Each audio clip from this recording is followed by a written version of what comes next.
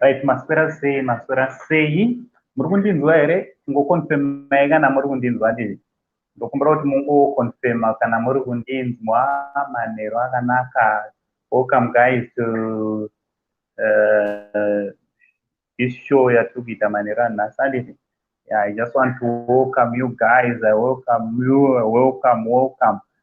If possible, if you can you please just share our live stream to some other social media platforms so that we can invite some others.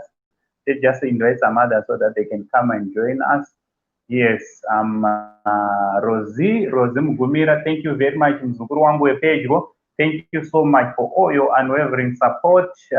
Charlotte, thank you for waiting. Waswera same Mzukuru. Yes, KC Chitapata, thank you very much for coming. Zurukudi. Epi Magunje, thank you so much. Mzukuru waswera sei kwauri. Andizi. Yes, ndoya toda kutaura inyaya yakangozara pese pese. So today we just want to talk about it. Marange icon nuka maswera sei madzishe zvirikudi. Thank you very much for confirming that murikundinzwa. Thank you so much. Okay, thank you so much. Thank you so much. Takudwa, how are you? Welcome guys, welcome. Let's just share our live streaming with others. Let's just share our live stream with others. Josie, Dunga, thank you very much. Mzukuru waswera sei. So today we are going to be we'll be mixing English and Shona and Ndebele. We're expecting a lot of people from some other countries, from Malawi, Mozambique, and South Africa as well. So today we are going we'll be using English. Okay, yes. Change chishanisa chirungu mazindimi dzakasiyana siyana. Sizulu zokuluma sizulu la namtanje kai. So that we can accommodate everyone. We just want to accommodate everyone. Achimwene amwene ziri kuenda bwanja achimwene. Yeah, thank you very much for coming. Thank you so much for coming. Yes, today we just want to talk about my allegations and social platform, social media. These are stories of JUJU. Yes. Also, we want to talk about Karim. Karim,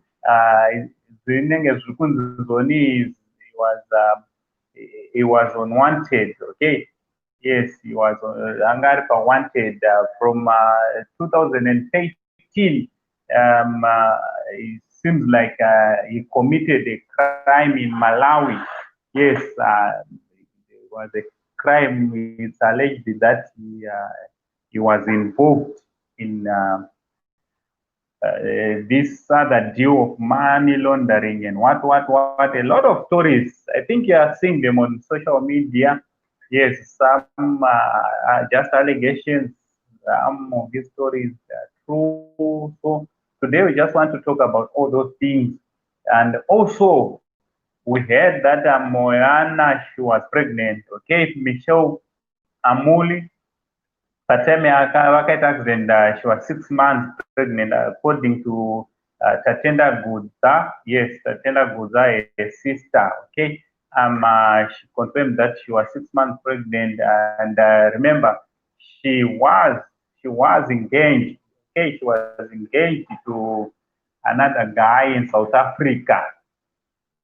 So today we just want to talk about all these stories. White Party, there's a we heard that Miss Shali, the lady who was managing or still managing the Nimbus businesses. So we heard that she is busy organizing a farewell party, okay? A farewell party where everyone is supposed to go wearing white. In fact, we even saw the poster which is circulating on all social media platforms. So we want to talk about all those things, both like the nyaya kuita mapati, munhu kana afa, ubuntu, utini, nayo indaba yokuthi senzele umuntu ushonile timitrechi party andithi What do you think about these things, guys? Thank you very much to all those who are sharing our live stream. I can see our numbers are number. Thank you very much. Let's just invite some other people. Those from Malawi, we are going to give them a chance so that they can come through. They can come inside the studio and tell us about Karim. Okay, remember Karim, what was happening with him. Today we just want to talk about all these stories which are circulating throughout all the social media platforms. Okay, so this is what I'm going to do. I will soon put our link so that you can come through. Nogona studio. Yeah, sizovumela wonke umuntu ukuthi angene namhlanje. Sifuna ukuthi sikhulume lezi ziyacirculate all over. Yeah, isiZulu sami, isindebele sami ko-right asiqondangi. So today I'm hosting a lot of people, so I will try to mix. And also we are having some people from Mozambique. So ilava kumamkela hinkwenu vahuma Mozambique, Maputo. Nilava kunamke kuni amkela. Right. So namhla ilava kuvulavula ndaba yenhwanyana loyani kusho ulovile we uma Mozambique. So ilava ukuthi vanhu va Mozambique va tahaleni va hi byele ku ri swi famba njhani. Okay, yeah, uyaye tizotaura nyaya yachona ndida kudzidzisa kuti dziri kufamba sei. Let's talk about it. Also, takanzwa kuti zvoni Boss G, he bought himself a cascade. Okay, he bought himself a coffin a week before he died. So we just want to hear all these stories. Is it true or they are just stories? And yes, let's continue sharing our live stream. Thanks very much to all those who are sharing our live stream. Let's continue doing that. And I just want to thank you all for coming. Thank you very much for joining us tonight. Saint TV, this is our family channel. And I just want to encourage the newcomers, okay? This is not my channel. I always tell people, from day one, I've always said that this is not my channel. This is our family channel where everyone is having a right to say whatever they want, to express their feelings, okay, how they feel, okay? So you are free to subscribe. Subscribing is for free, okay? Also turn on your notification bell so that whenever I upload a video, you'll be the first to know, okay? Right, vazukuru wangu maswera sei mchoninjani maswera sei minjani. Right, so now I'll be putting our link. Rugisa link. Come, let's talk about it. Tonight we want to talk about it. Zvakanaka here vazukuru kuti zoni kana munhu akazviitira mari dzake, munhu aita mari, totanga kuti zoni akaromba. For instance, zviri kufamba zvichitaurwa about Jinimbi. Last night pane zvinofungidzirwa kunzi pane moto wakabvira kukampani kwake. So let's talk about it. Let's talk about all those stories. Okay, the party which is going to take place. I don't know if it's still going to take place because these are the interviews I've had. Jinimbi's brother talking to one of the journalists, where you are saying you are not aware of all those things. So let's talk about it. And another thing which I want to know, which I'm not sure, guys, is that we're supposed to be running a funeral because it seems like Jinimbi's manager, that lady, Michelle, she's the one who, and Jinimbi's friend, that the ones who were organizing the party without the knowledge, in fact, without consulting or involving the family, Kadungure family. We're supposed to be running the funeral, guys. We're supposed to be leading organize funeral. Manager family. Let's talk about all those things.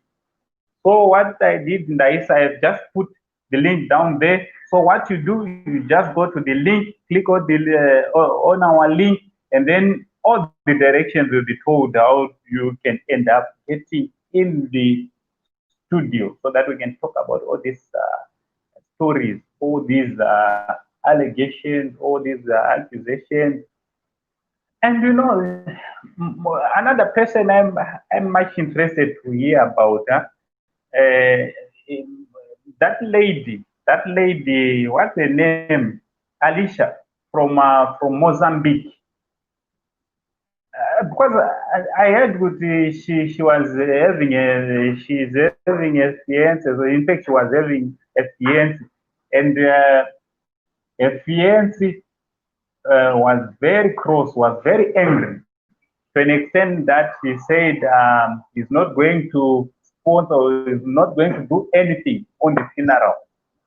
So ngataurei about all these stories, nyaya dzinotenderera, nyaya dziri kunetsa. Aniti, ngataurei pamusoro padzo nyaya dzachona, all the battles which are happening kumba mwana Moana, kuti ana baba vaMoana namai nevekwamai, they're not in good books. Okay, all those strong words they were sending for each other. What are we learning, guys? What are we learning from these funerals? Okay, for the different funerals. Okay, let's talk about it. Let's talk about it tonight with your uncle, your only uncle, only Zimbabwean uncle, Uncle Saint. Okay, so everyone is free to come through. Takasununguka uchiuye vazukuru sacha upinda nekuti unotaura uchataura shona apa tongeta kuti accommodate handiti ndosaka mixa. So uyai titaure pamusoro penyaya dzachona. So ndaisa link, you are free to come through tizodzitaura. Handiti ndaisa link because hey, nyaya dzachona dziri kurema vazukuru vamwe ari kuti zvoni senyaya zombonzwa zvichitaurwa kunzi zvoni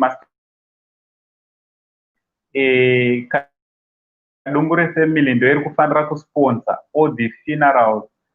Vese vanhu vakapararira patsaona motikari yaGenius vari kufanira kuripa kana kuti vari kufanira kunge vari vanoona nezvekuti vanhu vatakurwa sei, vavigwa sei, ndevekwaKadungure. Ndizvo here zvazvinofanira kuita, ndizvo here vazukuru. Kozotiwo shamwari yaJinimbi, this other guy, Karim, from Malawi, may he so rest in peace. But it is alleged that he was on the run. Yes, 2012 or 2013, it is said that pane nyaya dzakaitika, and then akabva arova pasi. So let's talk about it. Welcome to the studio, mzukuru wangu. Seguru maswera sei. Ndaswera, waswera sei nuka? Ai taswera mushe seguru. All right, zvinoda kutendwa. Ndandoti ndandaona musina vanhu zvangu ndikati rega ndisanopinda, ndiri busy sekuru, nditoropa parodhi zvangu. Oh, uri parodhi, uri kubva kupi nhasi uchienda kupi? Ndotoenda kumusha ndichibva muJoburg. or Joburg, Zimbabwe. All right. Thanks very much for coming through. Your contributions. Tanganyika. Alright, nyaya yacho ndani chimboedza kuizwa ere sekuru ndatori busy. Hanzi kudii All right. Nyaya tiri kutaura nyaya dzekuromba kuti vamwe vari kuti akaromba vamwe vari kuti haana nyaya dziri kungorwiwa mumastreets esocial media kwozotiwo dzekwana Moana, these stories dzekuti the two families from pane gadget iri kuita ichidzoka mheno ndepi bounce there.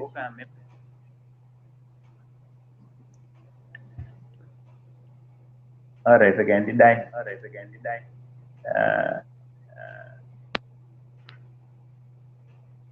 Okay, sekuru.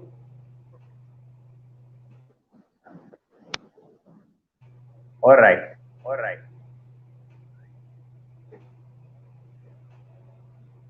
Okay, you can go ahead. Sekuru chekutanga panofa munhu zvinondotaurwa zvakawanda. Marufu mangani amakaona akaitika pakasataurwa. Chero panofa murume kunonzi mukadzi auraya murume, chero panofa mukadzi kunonzi murume wacho anoziva zvakaitika. Saka kazhinji vanhu ngatizive zvinobuda mumiromo yedu nekuti hapana ane umbooba. Munhu iwewe ziva mashoko anobuda mumuromo mako kuti haakanganisi here kurarama kwevamwe vanhu kana upenyu hwomwe munhu. Nekuti pane kungokambira kutaura hedu tisina chetinoziva ende tisina chetinowana futi. Saka hatikwanisi kujaja kuti anga akabata zvakati kana kuti anga akaita zvakati hatizivi. Maita basa sekuru. Yes, that is true. That is very true. We cannot tell, but these are just stories which are these are just fake. Tenderera. All right, sekuru. Zvinhu kana zvikatenderera. All right, thanks very much. Ndikuti kana mashoko kana akatenderera hazvirevi kuti tese takungoti taakupenga nekuda kwamashoko atenderera. Isu tofanira kuziva kuti ini zvandiri ndinoziva zvakati kana usingakwanisi kuzvishandira sekuruka. Munhu iona achizvigara mari dzake tichiziva kuti aishanda ndozvataiziva zvava zviri pachena ndozvataiona zvatine umboonazvo. Izvi zvemudzimba izvi hatizviziva izvi. Maita basa sekuru. Andina nguva ba. All right, thanks very much for coming through. Hanya yacho chatokora munhu. Thank you very much. All right, thanks very much mzukuru wangu Nuka. Thanks very much for coming through. Rachel, ngiyakwamukela nogamuchira. Welcome.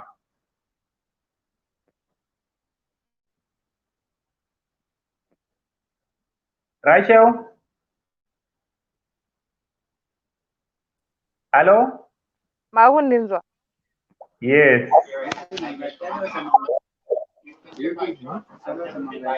Yes, takukunzwa.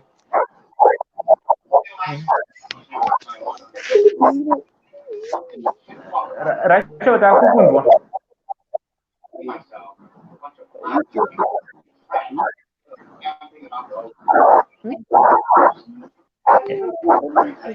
Hatisi kukunzwa mheno chii chiri kuitika. Paita ma-echoes. Caroline. Caro.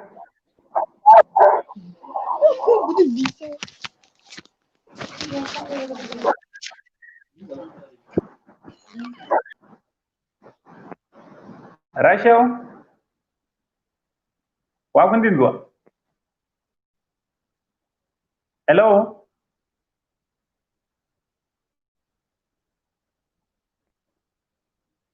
Hello?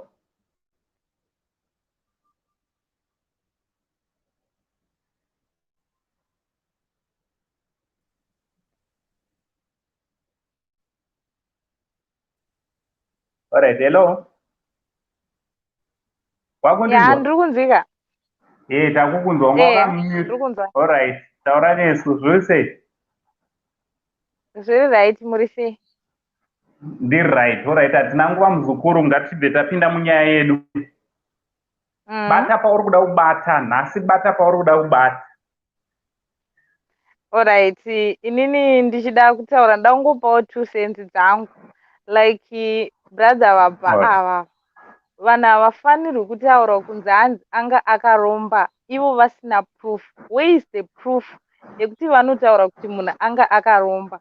Plus vanhu ngatisataurei zvinhu zvinorwadzisa vasara, especially panguva ino vari pakati pekuchema. Isusu we are busy tiri kutaura zvinhu zvisizvo zvisina kutaurwa nehama dzacho. Sometimes tinofanirwa kusiyira hama dzacho dzitaure zvadzinoda, kwete kuti isusu tinowedzera munyu pavanganyoro. Yes. Yeah, ichokwadi ichocho. Hatifanira kunge titi tinofanira kutaura zvatine tichiziva. Thank you very much muzukuru necontribution yako. Yeah, thank you. Bye. All right, bye bye. Right, Titi? Titi? Hello? Right, me, welcome to the show. Hello, Kule, Murise. I am good, thanks, and yourself? Very well, thank you. All right. Handina hangu dzakawanda zvekutaura. Iyi nyaya yekungofungidzira zvatinongoita munhu ese anofungidzira zvaangafungidzire. Asi zvimwe zvinhu zvinofanira kupawo lesson kune vamwe vese kuti kana uchingori muposition yekuti you've become successful. Nemagariro edu vanhu vanotaura zvavanotaura, but then for us to avoid all those things unofanira kuratidzawo your source of income. There are so many ways, like vamwe vakuisa comment hands like ana Bill Gates vanotonzwa vakaromba. If you go on record, it shows kuti munhu akabva kupi achienda kupi. Yes. And it's on record. Yes. Kune madocuments anofanira kucheka anotariswa kuti how did the company grow? How did you grow your business? How did you become successful? All the mathematics is there. It's a matter of, when it comes to being successful, it's just adding up. 1 + 3 is 4. 2 + 2 is 4. Yes. And so munhu anoenda neimwe kona akadai soka, but the results will end up the same. Munhu anoenda akadai, the results will be the same. So now Mazimba, let's learn from now. Let's learn kubuditsa my details, kind my documents, our source of income. But ngona ngonga kuwandisirana keke. Ndokanoita kuti vanhu vazofungidzire. Ede zvinoona vanhu vakawanda varisaidza kuzimbabwe tikati tiratidze your source of income. Bring out your balance sheet. Hapana anobuditsa. Bring out your bank statement. How much is your company worth? Nobody knows. So I think it's a lesson to everyone else. Let's start knowing kuti kana tadaro to avoid all these mitauro nevanhu we need to bring out them. We should now in social media, even by Facebook, just put your details your company yako. People can add up. Kune vanhu vanodzidza vakadzidza vanoziva zvokuti Mazimba tozvitakadzidza. They can figure out kuti zvefiwa munhu ndokwaakabva ndokwari kuenda. Zvongosiwa chinga uchiti ukurira pana pauti hanzi ndine mari nini tisingazoti wakabva kupeka. Vanhu vanogumisira vakutaura and you cannot stop them. And you know the biggest problem is it won't affect only you. It will affect even your other family members. That's the problem. It won't even affect family members. Kind of vamwe vari successful vachatoaffectwa. Vakaitawo maybe mimi sekuru nhasi hamuna mangwana muchabudirira neimwe way. Handiti vanhu vanongoti vanhu vese vane mari ndozvavanoita. It's not like that. Yeah. So let's learn kuti tizive kuti zvinhu zvatinotaura zvimwe zvikutokanganisawo kana magariro edu vamwe vanhu havasitomborerei nazvo vakangozvigarirawo. Uziva muna vanhu vakawanda vakabudirira nekushanda kwavo. So takungopenda munhu wese ne1 brush. Maona? Yes. Yes, so, that's very true. That is very true. Kana uchida ningirikini ningangu yetax yandakabhadhara kugovernment, bring it. You're a business person, we know. Show it. Kana udauti show it. How many employers do you employ? Show it. Hapana chakambira if you are forward. Yes. And I see izvi zvimebhi zvakunyanyozikanwa nemi zvakanyanya because of traveling. You know, you cannot claim that you've got a lot of money in the diaspora. Vasingazive kuti the source of your income irikubva nepari. That's very true. I can give an example like this past few months. Yes. A lot of people have become so successful. I've seen so many people, how did they manage it? But they end up explaining to me, no. I think my shares are at $1.64 from this company. Muna May, Muna October, I'm going to $45. You see? Yes. So after a few months, Muna 20. And it's on paper, it's there. So we need to start planning, Kutika. When it comes to business, when it comes to money, it's about what's written in black and white. You don't say you've got money. Yes. There's no black and white information. I think that's all from that's very. All right. Okay. Thank you very much for coming through, Mzukuru wangu. I really appreciate all your support. Thank you. All right. Thank you so much. Right, Kiki, welcome to the show, Kiki. Kiki? Okay, happy? Happy? Hello, happy? Adisi ukunzwa happy. Kiki?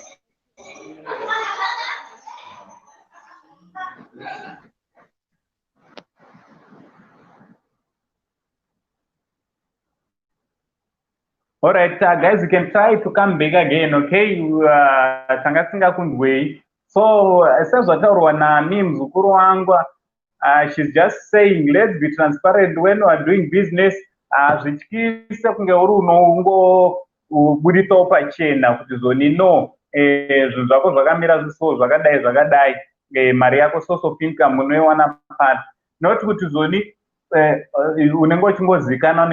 there's nothing wrong about spending your money, nothing wrong at all.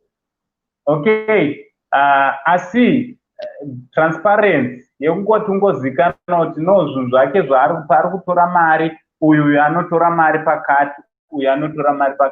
Just to avoid these stories,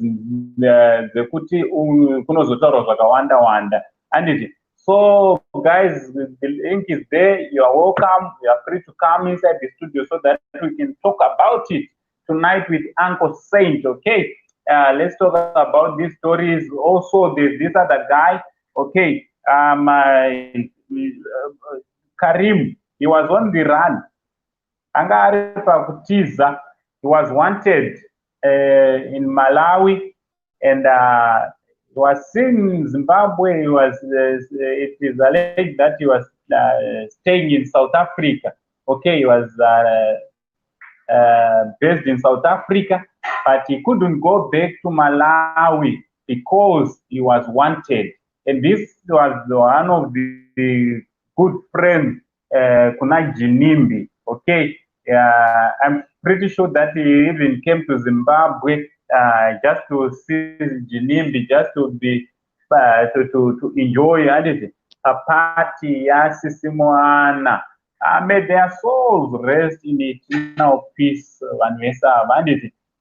But why are we doing this show tonight? Why are we talking about these guys?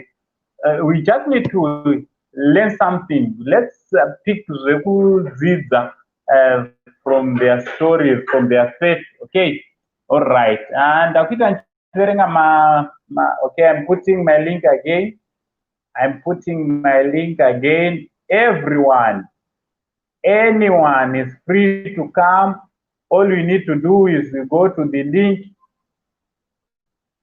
and then you get all the directions with how say. So you are welcome, guys. Come, let's talk about it. And these things of part time funeral. Unozoona sei kwedu atinombobvira tazviita zvokuda kutotangawo ipapa handiti. Planet Mars is saying people who say akaromba, what evidence do they have? They should show us, okay? Evidence pane pasina. These are just speculation. Yes, nongotenderera. All right, I've just dropped the link down there. You are free, ladies. Please come inside the studio so that we can talk about it. Yes, come guys, come. Let's talk about it tonight. Yes, Memo Kembo is saying meaning those who died, their time was due. Is that true? According to one prophet called Prophet Advocate Joshua, he said the person, according to Prophet Advocate, if you are following all these stories, there is a prophet who predicted or who prophesied about the death, the Jinimbis death, Jinias Kadungure, on the 4th of October. Yes, 4th of October, and they uploaded the story on his YouTube channel. So this prophet, I heard him, I cheated him in interview, and he was saying, vakangobatanidzirwa pacrossfire. Is it possible that somebody can die time yavo isati yave Jew before their time? Zvinoitika here vazukuru, munozviona sei?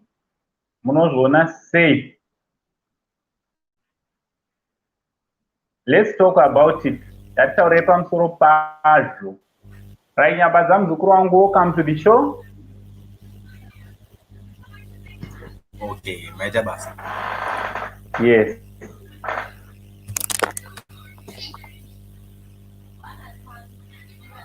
Go ahead. Hello. Hello. Can you hear me? Rundi Zaremzu. Hello. Yeah, hello.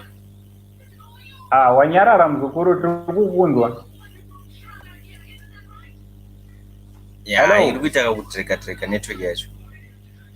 All right, yes, I understand. Ngitaura hako takuteerera.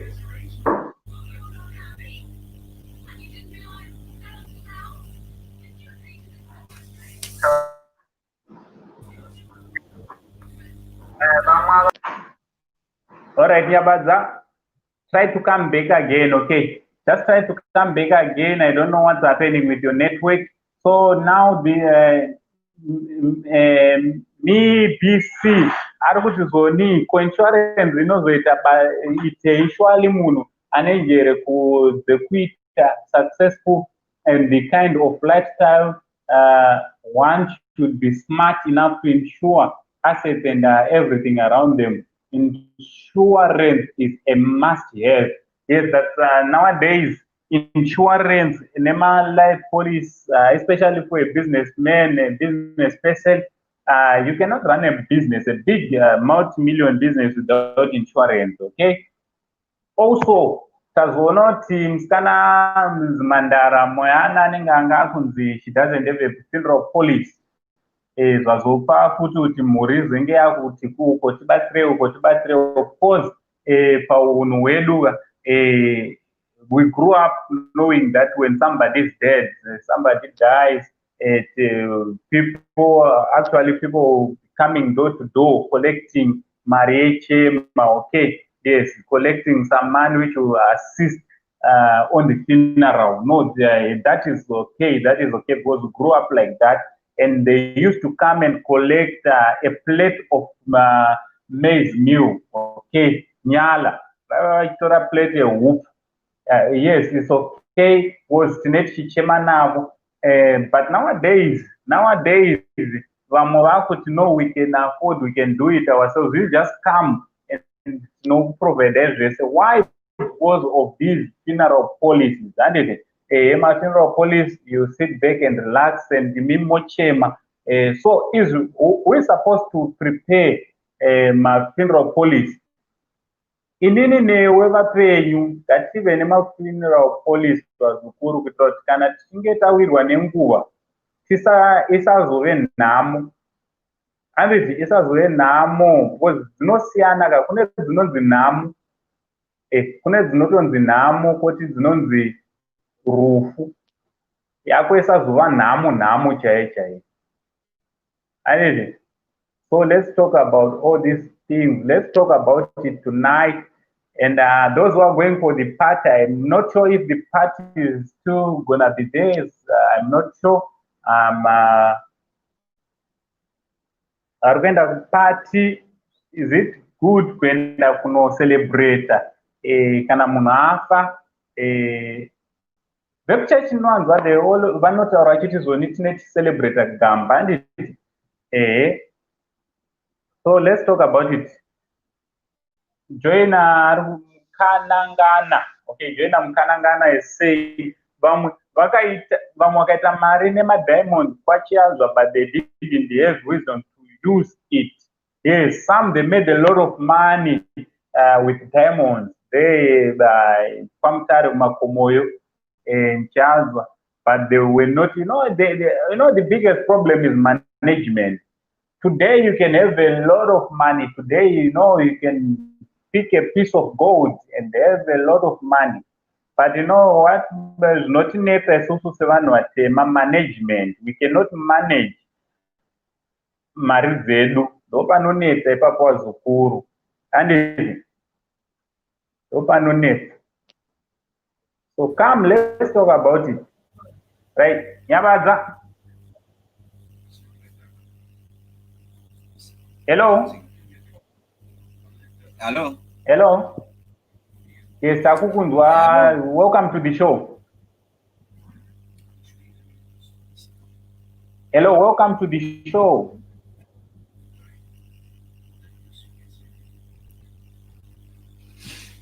Hello. Hello. And this, yes, go ahead. Takukundwa taurako. Okay, so apa mamti munhu anofara kudi in terms of wealth yake. Aiwa, taura zvako zvauda kucontribute. Handiri kungobata nhonga nyaya dzachona dzese ndichienda nadzo. So you are free to contribute on any matter, any issue yauri kuda kuraise. Okay. Pakutanga ndachona maheadlines achanga achiapia pamusoro pozvona achiapi. Nombra mugomaratidza ndikwanise kukomenta. All right.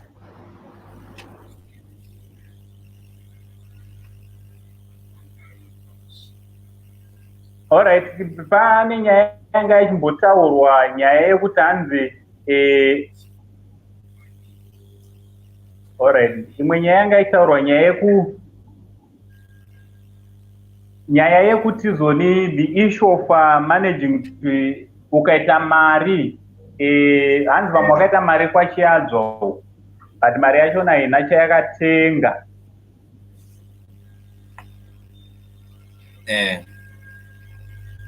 Muzukuru, you can contribute to any issue dziri kutenderera, any issue.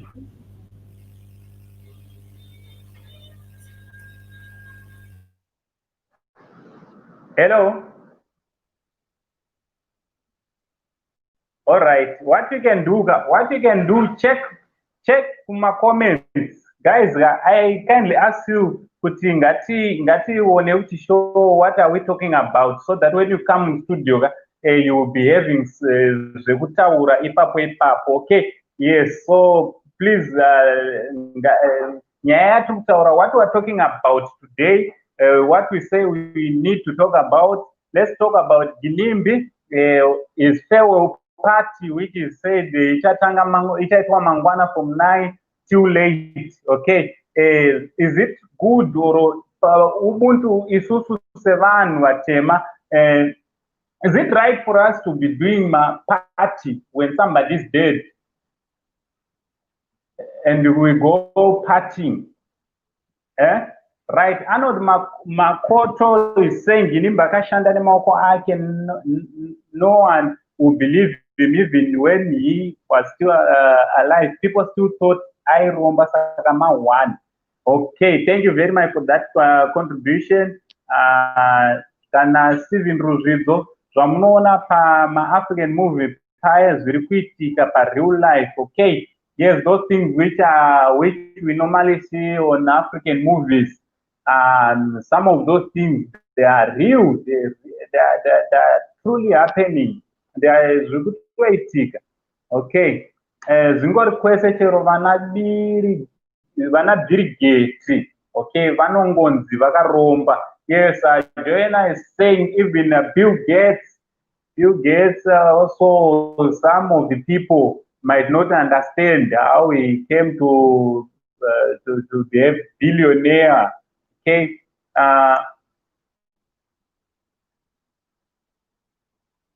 okay. Planet Mars, the guy was very clever by targeting gas when Zimbabweans were using firewood in the city. People in the flats needed gas. That's very true. You know, I've once said, I think 2 days ago when we ran another show, I once said, Kutuite Marika, you need to have a solution to the problem, to any problem in your community. Unomirawo soona kuti magetsi zvari kunetsa chii chandingawinzewo kuti upenyu hwevanhu hureruke. A lot of people are making money nekutengesa masolar, mabatteries, maconnections zvese zvezve without electricity. Pamba unoona magetsi anenge aripo, and some other people are making money. Umwe munhu azoita mari yake ka unozonzwa vanhu vakuti akaromba. Unozonzwa a lot of people will now be saying akaronga mba akabata mushonga. It happens. And it right, ndikuisa link vazukuru. Link iripo pazasa. Let's go to the link and then to button pinned and it. Let's just go to that link. I'm down there. Like now I'm putting it again. Just go to the link and then it will direct you to unopinda say. That link yakanzi StreamYard.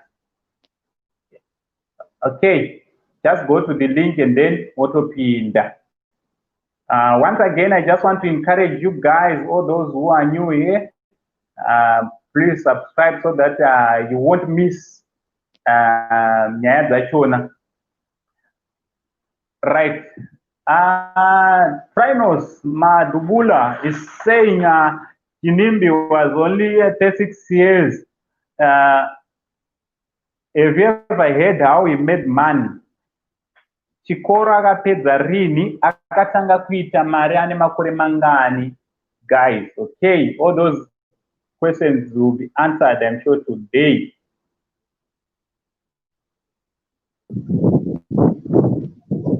Right, say JUJU. Zviri there. Musha zvudi mzukuru. Sekuru. Ndiri kukufungai zvisingaiti. Yes. Usadaro. Munondipaka. Thank you very much. Inini handibve pano. Aiwa, ndiri kukuonai. Thank you very much nesupport say JUJU.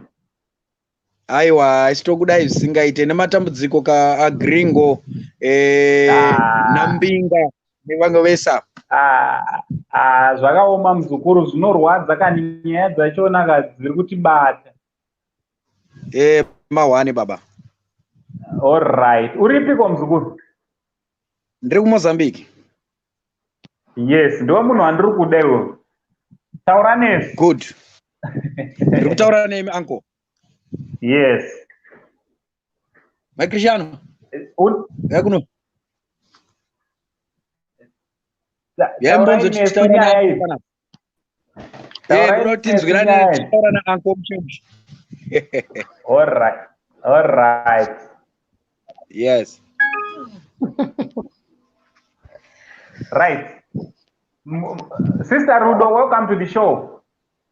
Ya, makadiko security. Aiwa, security vanosimba wakadi ako muzukuru wacho. Bye bye. All right. Okay, taurai neni muzukuru, makadi vazukuru vangu. Tiri right sekuru muri sei mimi? Tiri right. Chitaurai nesu, ngatitaure nyaya yacho tiwane kupinza vanhu. Ya, pane yandiri kuona iri kunetsa panapa, iri kutaurwa kunzi Ginimbi akamuka chichi after 4 days muchaona akaendeswa kuprivate hospital. Mambo iona here nyaya iyoyo? Dzinyaya dzatinenge tichingosangana nadzo muzukuru mastreets esocial media imo matinoswera.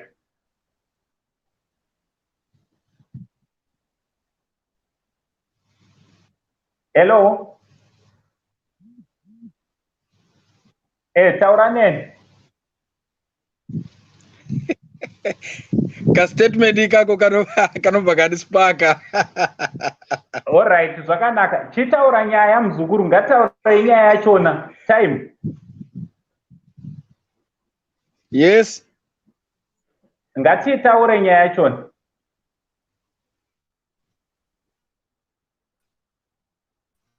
Uri kundinzwa? Hey, network yacho inenge ita slow. Ndatombuda. Nyana ningirikini yana Ginimbi. Network yako, network. Alright, rega chimbobuda udzoke futi.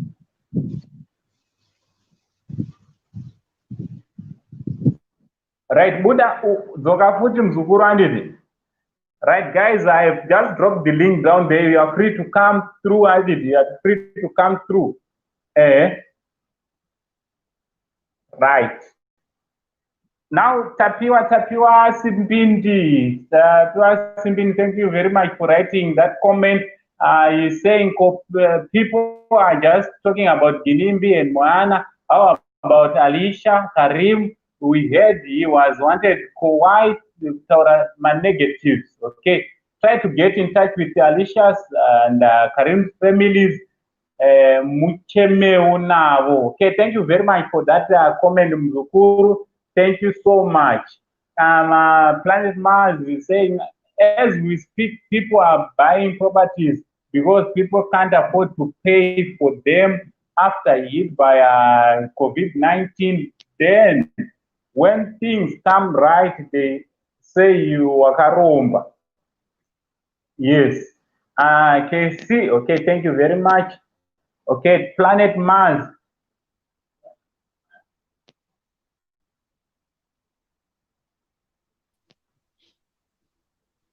Right, Tanya Mzukuru, welcome to the show. Asekuru muri sei? Musha zvukudi mzukuru wangu. Ndiri zvangu paJozi apo. Alright, parisei pamuzansi wetu. Aiwa, pamuzansi paripo, ndiye kamukomana wenyu anetsa mumastreets uyu. Mastreets nesocial media muri kunetsa umu. Nyaya dzachona ndosaka tati timboya tidzitaurepo panapa. So you can give your contribution. Ini maonero angu asekuru ka zvinhu zviya zvinototanga zviri genuine. Makatarisa kana maartist chaivo paanoimba paya. Yes. Anotanga achitoimba nechipo chake chaicho ndo zvakaita kutsvaga mari. Paunotsvaga mari uchiri kutanga ka. Uchiri kutanga so kutsvaga mari unenge uri kutsvaga nenzira itori right, nzira itori correct chaiyo. But vanhu nenyaya yecompetition manje. Nema targets, like targets kuti unenge uri kutargetawo zvimwe zvinhu zvaunenge uri kutargetawo uchiti kana ndapa makore akadai so nenda kuda mari yakati unenge wakunobata manje. Saka ndo zvandinoona. Okay, so wait, I need to show these people. Okay. They're wrong. Alright, so what are you saying? Uruti munhu target life yake kana akasasvika ndo panozoita ubatwa. Ndipo munhu paanobata ipapo ndo paanenge akuwedzerera nezvimwe. But otherwise business inenge itoripo, business chairo tori actual rekuti munhu madhiri ake anenge ainawo. Alright. Ano. Alright, ndiri kupabata. regani bopa Sengerai. Hello. Hello, Mzukuru. Welcome to the show. Yeah, sure. Murisei. I'm good, thanks, and yourself, Zurudi. This is very right, Sekuru. Kwakadini. Mushe Mzukuru. Okay, you can go ahead. Taura zvako Mzukuru ndio. Thank you so much, Sekuru. Ini ndine nyaya mbiri ndiri kunzongo ndiri kunyimo, Sekuru. All right. Panyaya dzezvinozobuda vanhu vafa kuti chokutanga munhu achiri upenyu vanhu vanenge vachigibhela mawhite party waya vachidya mari vanhu vachidya asi munhu azofa votanga kuti munhu wakaromba. All right. Ndo chokutanga ichocho which is very bad nokuti anozova neumbowo isi tinongoda neumbowo munhu umwe chete unotiudza kuti Chinimbi wakanoromba kuMozambique kana kuMalawi kana kuGhana kana kuSouth Africa kana kupi kana any country kwakaromba akange ainaye wakaenda naye kana kuti wakamuratidza ndiwo watoda kunzwawo nokuti sometimes tinosvibisa mwana wavanhu akasafamba zvakanaka kuenda kuna Mwari wake akafamba achirovera muzvigutsa. Ndochokutanga chandinacho kuti umbowo chaiye kana evidence yekuti wakaromba pane here chakaonekwa kana nyoka sezvakamboita mukadzi agoreria kuti pakaonekwa nyoka yakazara mumba pane here chambowanikwa chiri tangible chinotiradza umbowo hwekuromba nokuti uyu ane pake pekuti tinogona kuti sezvekutaura vamwe kuti aita zvemagasi ndaona yamwe yambotaura kunzi akashandisa advantage sezvamataura kuti mwakaona kuti muZimbabwe mamusina magetsi akatsvagawo mukoto wokupinza magasi zvakasiyana akaita mari vanhu vakuti aromba nokuti ndikasarisisa saka vana Bill Gates ndo vega vanotendekwa kuita mari muZimbabwe. Uri muZimbabwe kuti uite mari unotonzi wakaromba. So ndirini patichabudirirawo kunzi mimusekuru maitawo mari muchaona mukatenga zvivhiti zviviri kana zvitatu imime makutonzi makaromba. Mawana anenge atotanga tose tinongosviba kuti mwana angoita mari ari mudiki. Tarisai kuvarungu kumaIndia kuvarungu vana anoita mari ari mwana mudiki. Vana Lil Wayne vose vaimbi vaya is very young. Lil Wayne but mukasa mari yaanayo is a billionaire. Tikatarisa vese vakatanga Facebook vakaromba here. Vese vakatanga maYouTube tiri kuita maideas emari ekutsvaka mari. Mukatarisa iyo anonzi Mayweather is very young. Mayweather zvibhakera zviya totofamba tichiti Mayweather wakaromba. Iye ari millionaire billionaire and ndiri kuona sekunonzi vanhu vari kuresva vari kutishora kuti isusu tofanira kuita zvaita varungu zviya musekuru zvekuti kwanzi Lazaro waiva murombo panyika asi kudenga akanga ari mupfumi kuti varungu vakaticolonize kuti they colonize us kuti titye kupfuma because ukapfuma uri panyika you don't go to kudenga. You see now. All right. Ndimbo kubata muromo Mzukuru, ndimbo kubata muromo ipapo regadimbo pa Mike Mkani.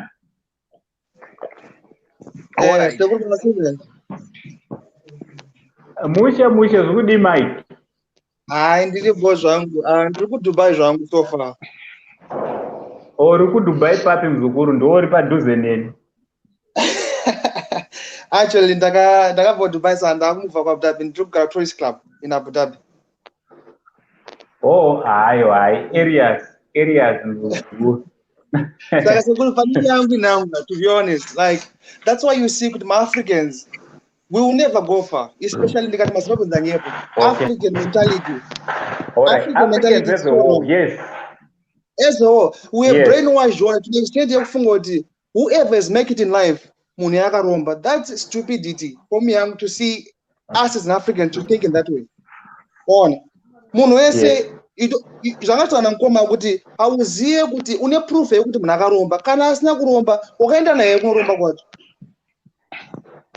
Yes. Auna kuromba so ndochaenda kuti inini I'm not there to criticize kuti munhu akaromba. Yes, I'm supporting, but you don't know zvakuita munhu. Where would you need to portray images here pane munhu?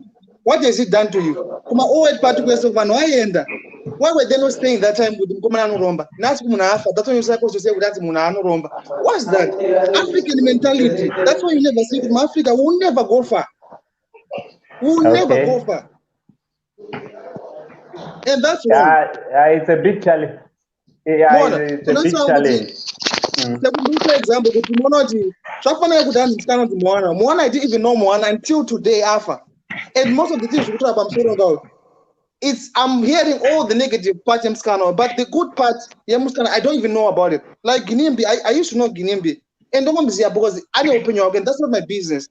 But the way Africa we think as the whole, we are wrong. That's why it's negative. In the world.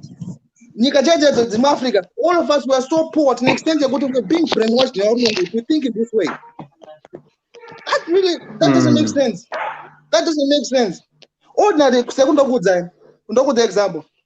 I have a business that I'm running now, right? Yes. I'm doing dropshipping business. Of course, it's hard to do a dropshipping business. But see, you don't know about Tangira Moon. All times you cannot think more than one to Gromba. Yes. That's wrong. That's super wrong. Yes. That's all right. Regandi kubate pa. All right. Regandi kubate pa po Tanya. Right. Regandi kupe mkana utaure mashoko wako ekupesira mzuku. Taura ako mashoko wako auda upedzisira nawo and then ndo bandambo wapo wa mumkana. Alright. Ini ndangodawo kuti pawakomana zvaataura zveproof zvinhu zviri correct and zvinhu zvitori right zvokuti pane mawedzi ese anenge ataurika panoda proof but ini ndingodawo kuachallenge ndoda kungovapawo ka-assignment 1 chete asekuru kekuti takazotarisisa maenterprise airohwa nemukomana nezvinhu zvaaipachesa kana nezvinhu zvaaita inini zvangu matching yacho ipapapo ndo pasina inobva yatanga kundinetsa manje kuti mukomana aiti atenga Ferrari otenga Lambo otenga Rolls Royce otenga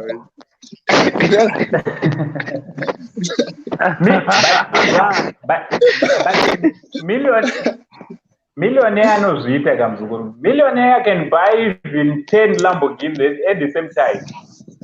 A millionaire. Handina problem nazvo asekuru but tikatarisa maenterprise ake madhiri ake airohwa manje aisamusvitsa ipapo maona. Are you the finance of the business? All right. You do know all right, muzukuru wangu Kanyaka, thanks very much. Thanks very much. Put some studio ndine queue revanhu about. All right, you can leave the studio. Serengai. Sekuru ndasara ne1 chete chidiki achina minute. Pamukomana abva kutaura. All right, tinotenda sekuru. In Zimbabwe, indakambosvita inini was kwachiadzwa sekuru in 2008. What happened? Ndakawana mari hombe chaizvo yaisvika kuma $17,000. Ndanonga magirazi rangu hombe chaizvo yaisvika kuma kuti mari iyo ndakaipedza ndichiite sekuru munogona kuti mari iyo ndikakudza kuti kushanda kwemari inoshanda sei. But zvisinei ndikudasadaziva kushanda kwemari kuti mari inoshanda sei. But zvisinei right, panapinda nefoni iri kuita musikanzwa.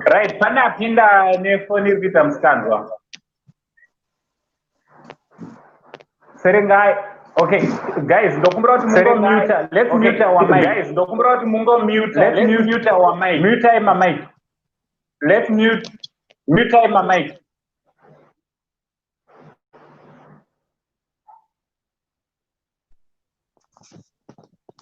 Right, Sekuru. Yes, you can go ahead. Okay, what I'm saying is kuti Jinimbi angane publicity kuti chatenga orati Jinimbi angane publicity kuti chatenga orati yakauya.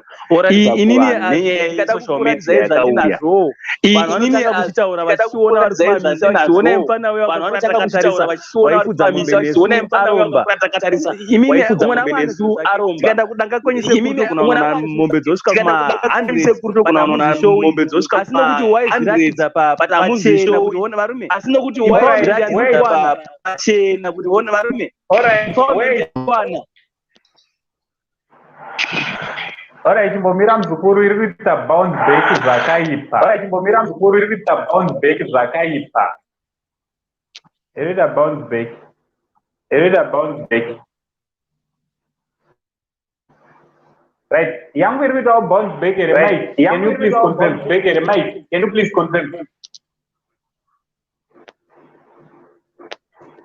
Equita bounce back as well. Equita bounce back as well. All right, I think one of the people under joining some. I think one of the people under joining some studio.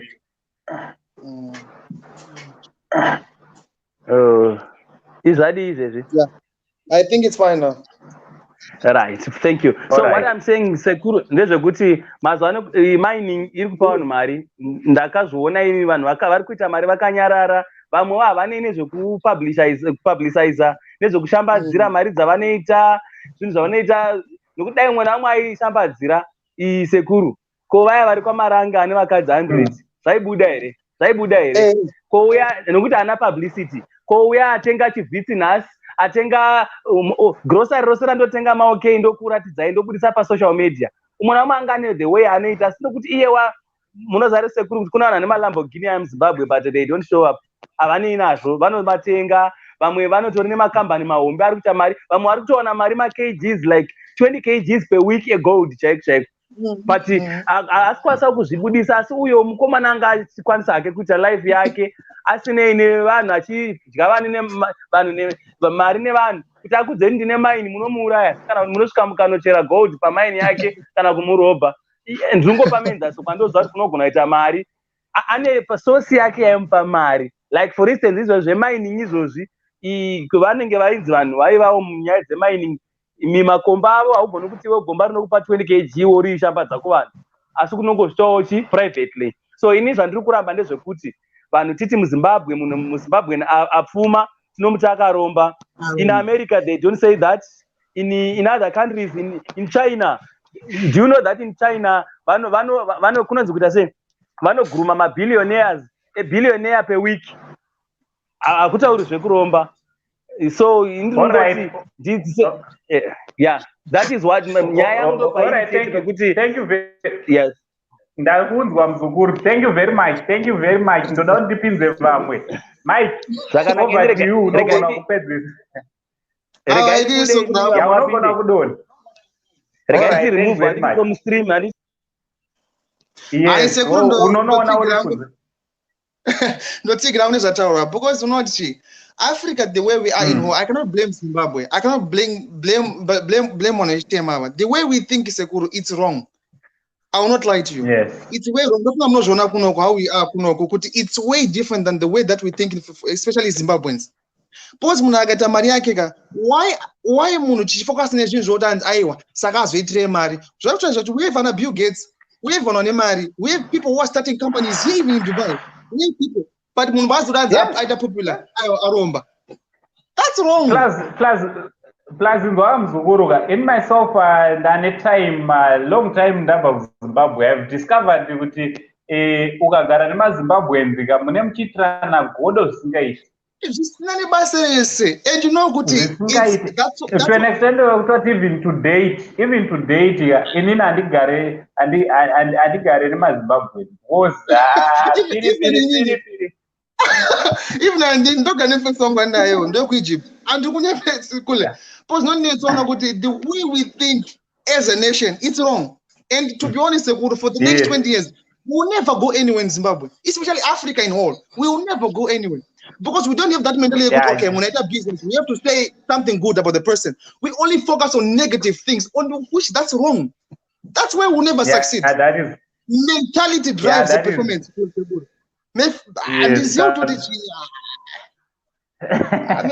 All right, thank you very much, Mike. It was a good. All right. It was a good. Right. Okay, thanks very much. To never stop in studio, and thank you so much, guys. Let's talk about it. Let's talk about all these issues. We are free to use any language. You are free to use any language. Okay. Yes. Hello. Joe. Hello. Welcome to the show. Evo makadiko sekuru. Aiwa ndinofara zviri kudii? Handinofara. Inini hangu handina ukama naJinimbi and handizivi mawaniro akaita mari yake. Asi I can sympathize nenyaya yezvikwambo. Ndiri mumwewo akatopomerwa kuti ndakaromba. Asi ndaitoendawo kubasa every day. Handitogoni kana kudhiraivha. Ndaingobatsira hama dzangu kuZimbabwe nokuti vaitambura. I felt guilty kuti ndiite zvinhu zvakawanda ndisingabatsiri vamwe vaitambura. But pandakazorwarawo nechronic disease ndaenda kuZimbabwe. Zvikanzi akurwariswa nekuromba kwake anga akaita tasaimone mari aingotumira neimba ndakavaka imba 7 rooms town ne4 rooms kuRuzeva. Zvikanzi unai mari dzimba dzakavaka dzisingagarwi. Vanhu vacho ndaiti vagarepo vaibva vachiti hanzi pane zvikwambo. Vanhu ndikashanya kuZimbabwe vanhu vonditiza murodhi kwanza tinourayiswa nezvikwambo. But kunoku ndinotonhorwa ndichienda kubasa every morning ndichitambirawo mari panotambirwa vhiki yapera. Ndovatumirawo mari. Votambira bandawirwa netsaona vati zvikwambo zvake zvakumumukira ndozvakaurayisa mama vakafa nekensa. Shame, sorry. I'm sorry about that, Mizugu. Saka inini handizivi hangu Ginimbi, handina kupfuma, handitomborina chinhu saGinimbi, asi ndinongonzwawo tsitsi kuti vanhu dei vachingosiyana nazvo votambawo naye vadzidze kumekawo mari sezvaanoita pane kungotaura kwavasina kuswera, nokuti zvakaoma kupomerwa kuti une zvikwambo usingatombozivi kwazviri, uchifamba musnow every morning uchitonhorwa kuenda kubasa, wobatsira vanhu wovabvunza makarima muriwo here, kwanzi ndakaita usimbe kuri kupisa zvisingaiti, ndokutengera futi muriwo, ndokupa futi mari yechigayo, wonoswera kumatsowe uchiti hanzi ndakanzi misi mitatu ndokutumira mari yemuriwo, next time wakuti akaromba wotondienderazve kumatsowe kuya kuti kuromba kwaakaita achatotipedzisa musha nekuti ndazorwara nawo. Ndikati saka ndini mwari wenyu here anofanira kungoshanda achikupai, handitombofani kurwarawo. Ipapo panorema zveshuwa muzukuru. I can feel for you. Zvinorwadza. Kungoti tongomhanyira kujaja munhu. Mafiro akaita ini ndotoona sokutoti drink and driving ndo yakakanganisika kuti une mari dzako, you can live the life you want, but be careful. Drinking and driving is very dangerous. That's very true. That's very true. Mumugwagwa iyoyo nyaya haisi kutombotaurwa iyoyo. Iyo ndo nyaya isiri kutombotaurwa nevanhu kuti munhu kana wakadhakwa. Hakuna mutomboziva kuti anga akadhakwa zvakadini kana kuti speed yacho nemarodhi acho ekuZimbabwe haana kana maspeed limit. Munhu angopinda motokari kutodhiraivha paanodira. Ipapo iyoyo ndo nyaya iri kunetsa. So vanhu havazvitarisi zvese zvekuti kana une mari yako dzikama unyatsorarama upenyu hwako to the fullest. Ukada kuita kunge ameni uri munyika mako wegawo, sometimes unopinda mutsaona wozotsvaga vanhu. Kana une mari yako unopinda mawo. Alright. Rega ndipe umwe mukana ndichakupa mukana kekupedzisira muzukuru. Pane zvandoda kuzokubvunza handiti. Nyabadza. Alright. Nancy Moon. Hello, welcome to the show.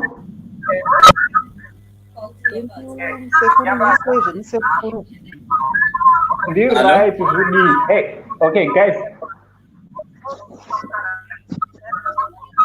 Can we mute? Gati mute ma mic eduga. vari mustudio, let's mute our mic kunze kwaNancy. Please.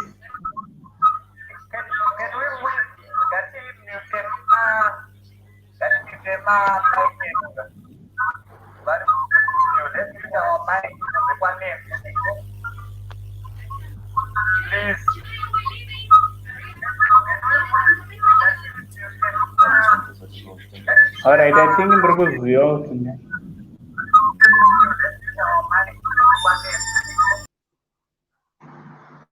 Right. Nyabadza, meno zviri kuita network yako Nyabadza. Mic yako ndo yanga ichiita miskandwa. Right, Nancy, you can go ahead. Thanks very much for coming to the show.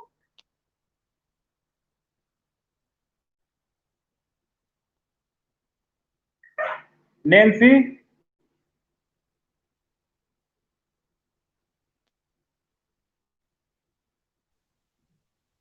Hello?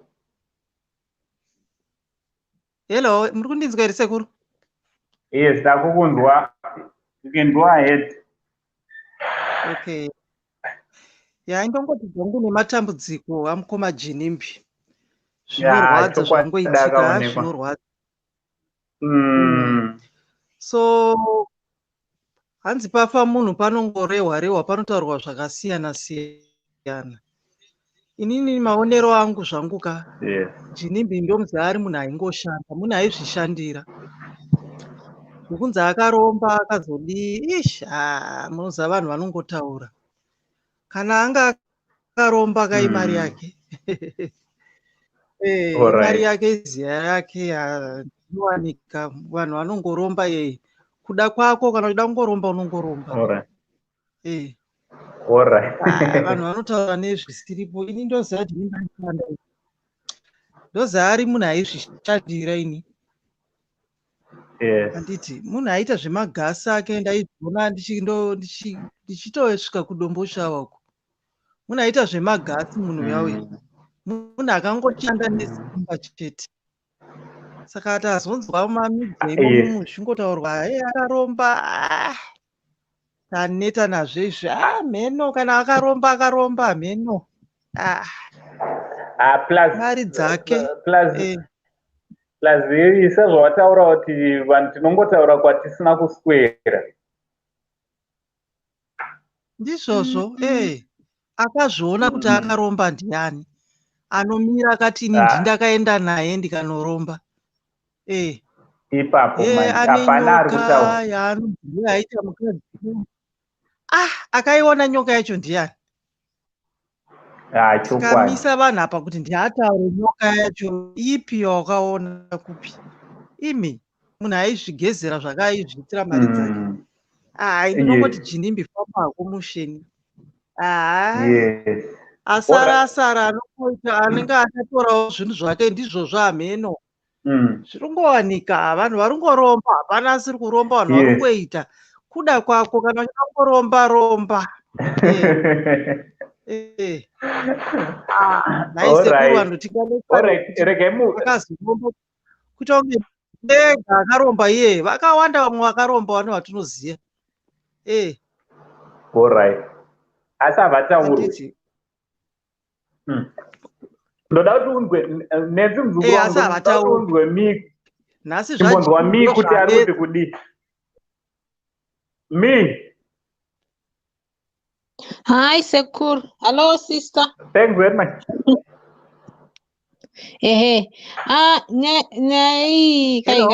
Like a sister.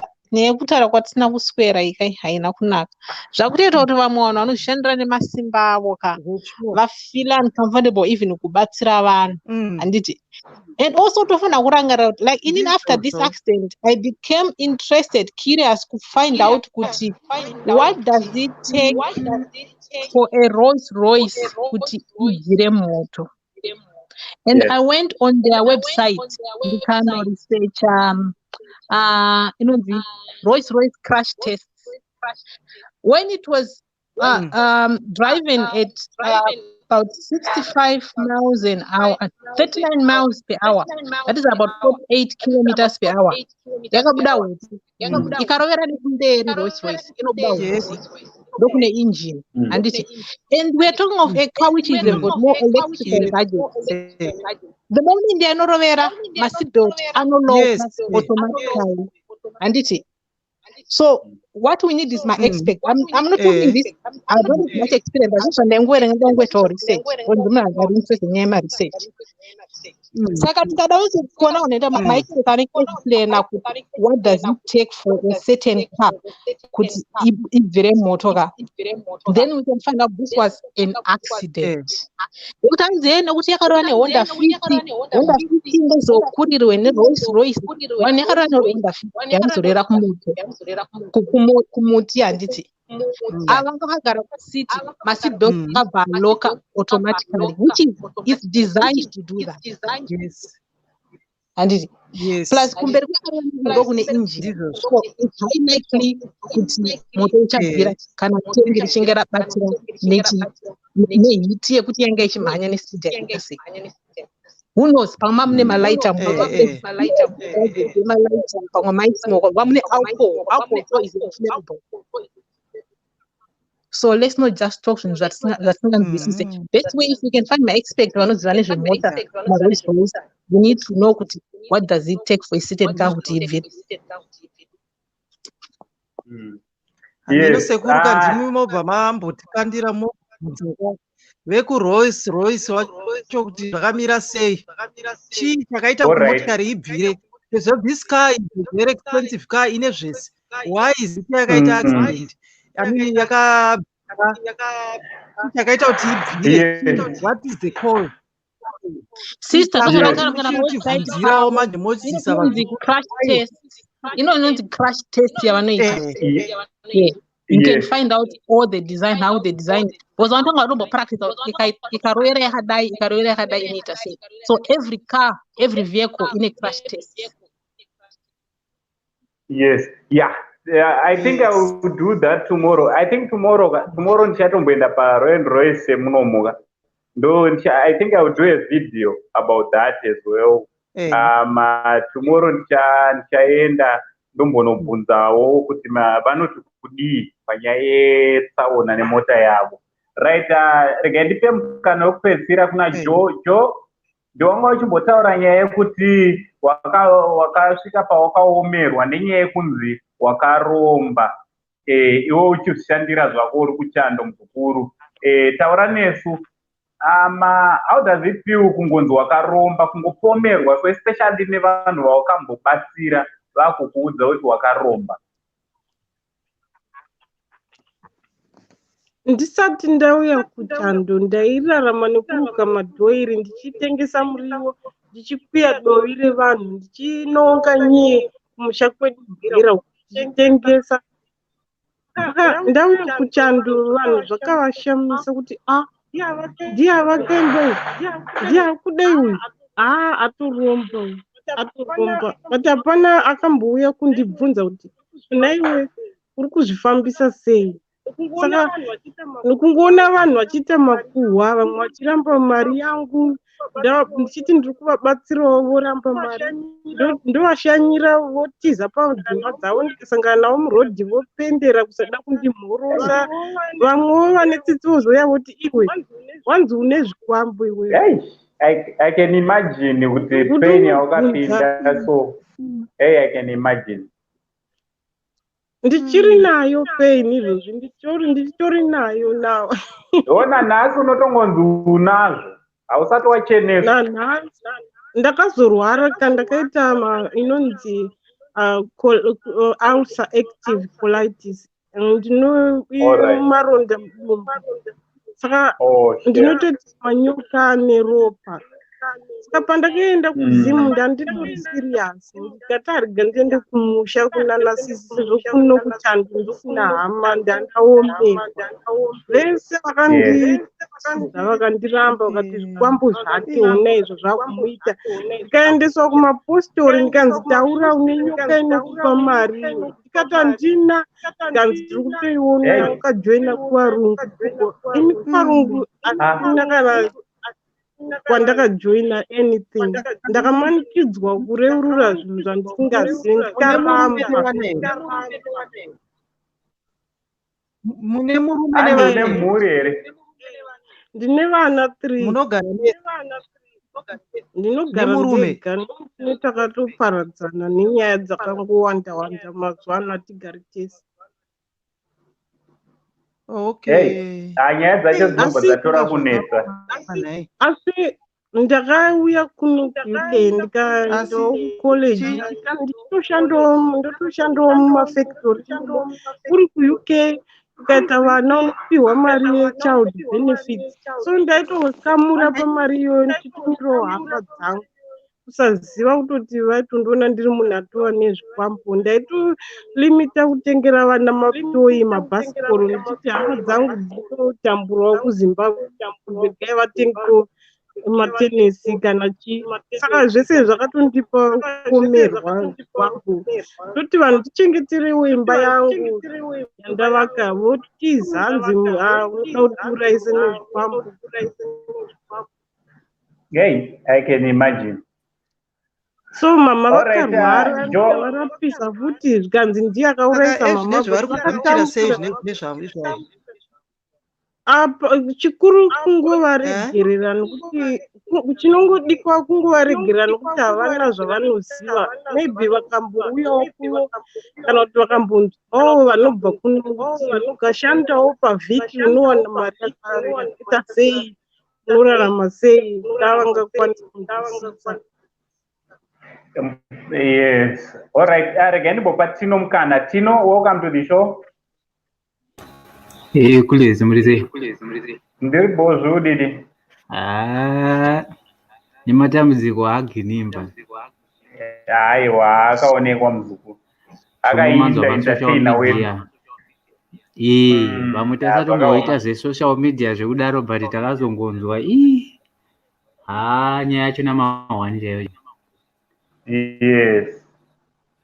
In my view, about JUJU,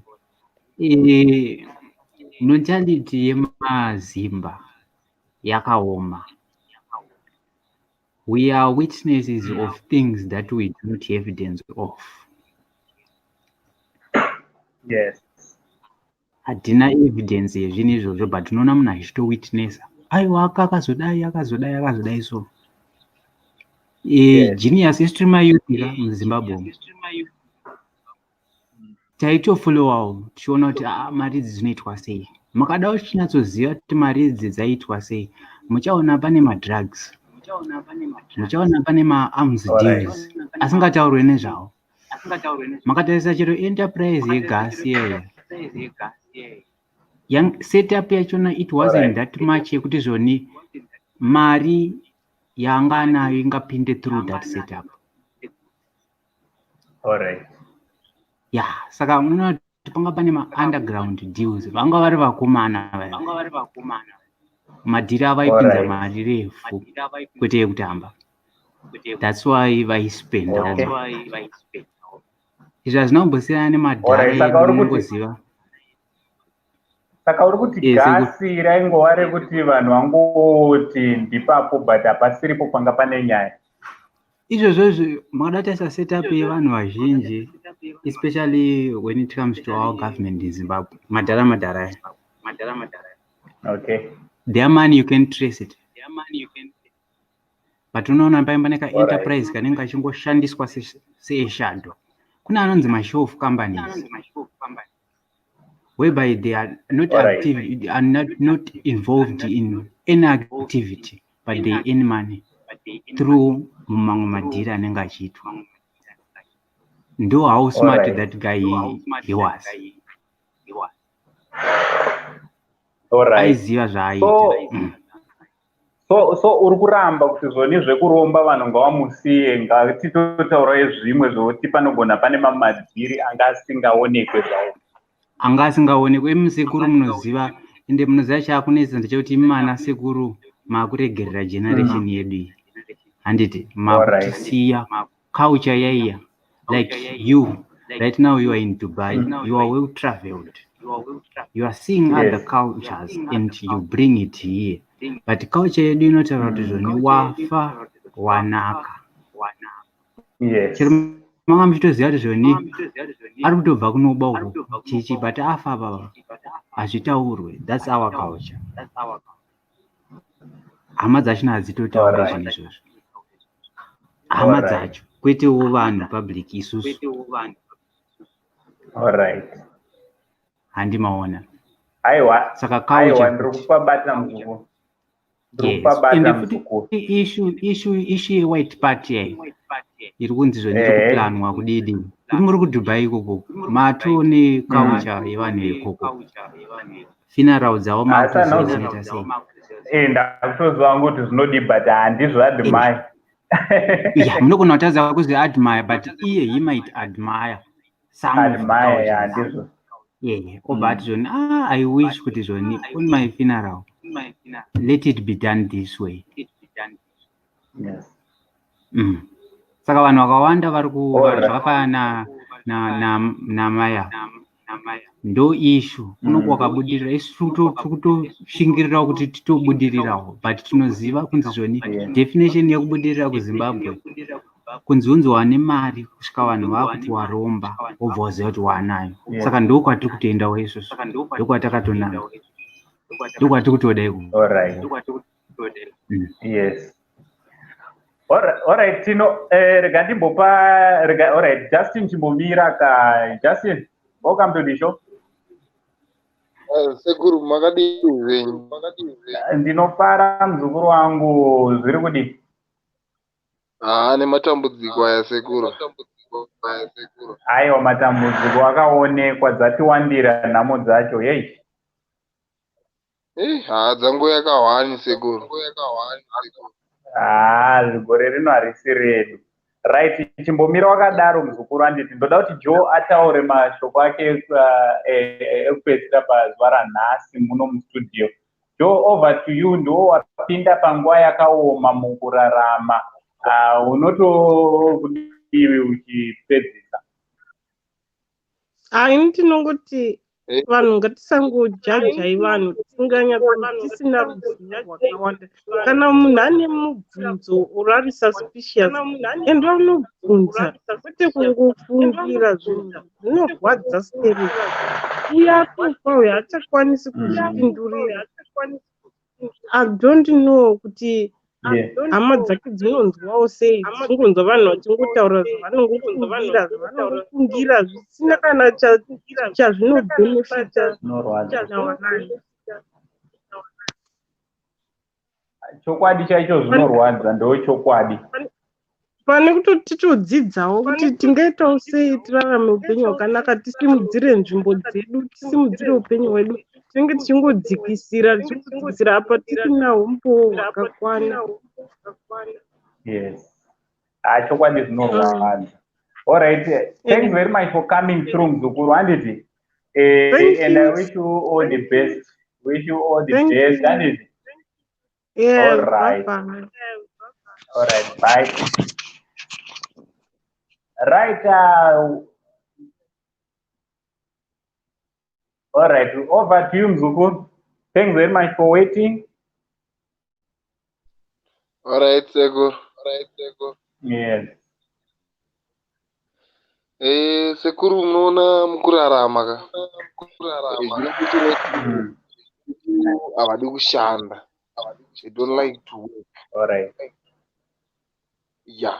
Actually, when it comes to those guys, they work up until to an extent I don't have animal vanobvazoti aromba akutomba vanhu vanoita madhiri ahangozoite dhiri anozosanganiswa zviya handiti zvega zvaita ane zvimwe mamadhiri aita maybe more than zvegas. Okay. Yeah. So actually manje munozoti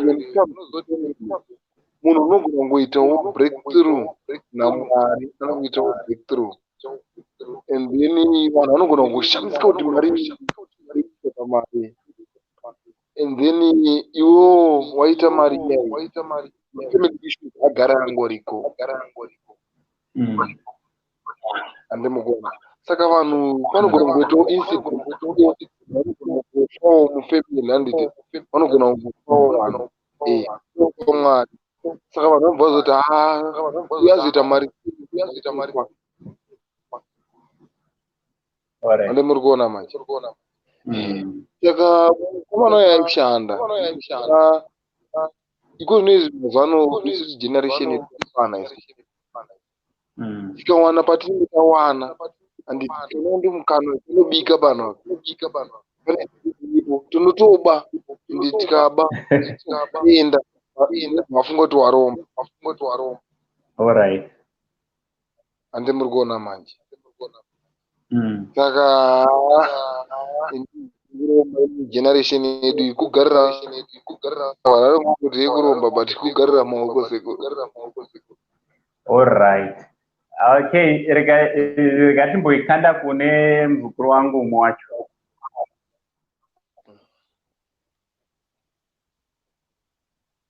hello kulesi zviri kudidi timboti udza kuti iri kupinza saka zvandiri kuita kandoda alright chimbomira muchana zvandiri kuita kandoda ungoti ndingorefresha mbichana gadget rangu then uyu unogona kukontinya zvako ngatikontinyei kunge tiri tinotaura zvedu okay yeah kaita notaura zvako don't worry ndiri kutobuda mustudio okay saka munoona sekuru kazvikuitika ndezvekuti zvoni vanhu vane tuma speculations ma-assumptions based on their life experiences vanhu vanoti zvoni munhu akafa achiri mudiki ane mari aromba mudhara ginimbi vanhu javasiri kuziva ndechekuti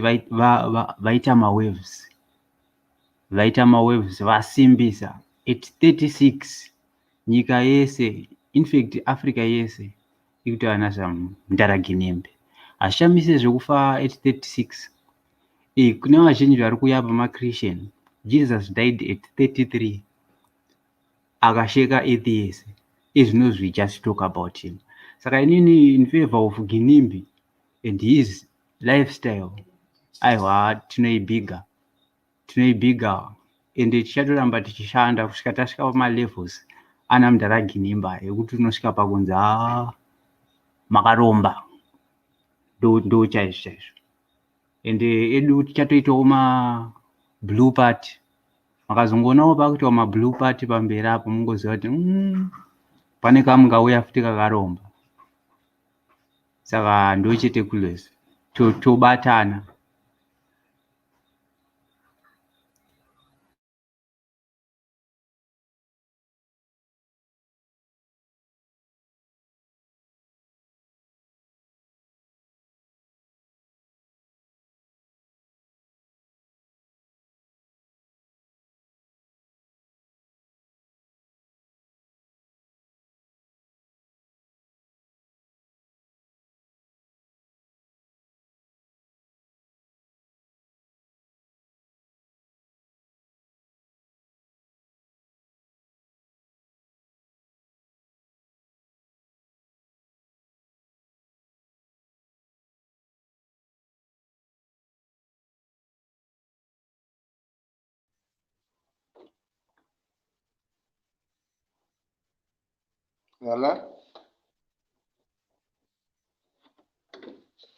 Hello. Ndakazogara vanhu vangozoti munhu haana kuromba chete vanhu vanoshanda they work those guys they work hard up in narrative yekuti munhu anozorora 2 hours a day noti matauriro akuita ndiye munhu akaromba vanoshanda 24/7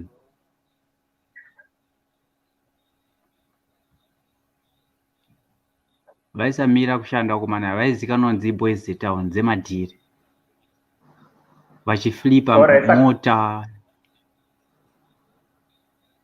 seku saka tiri kuwirirana kuti kushanda handini aiwa tikuwirirana kuti kushanda ndokwaita kuti zvese zvida izvezvi Alright, nyaya ingoripo chete ndechekuti zvoni vanhu vane zvavanoexpectawo kuti zvoni munhu anga achiita kunzi zvoni aiwa unofanira kungochengeta vabereki uchidididi pamwe kumba kwacho naiko kaitodzingwa vanhu hamboziva nyaya dzemari zvakafanana Moana zvainzi zvoni lifestyle yake zvichihure chichichichi vabereki vacho navaisa zvida haaende ikoko anoenda zvake unogara kuborodheo achiita madhiri ake zvapera. Yes. Bokulis. Alright, thanks very much Mzukuru for coming through. Aiwa akawani please totamba. Alright. Kune vachangopinda, thank you very much for coming.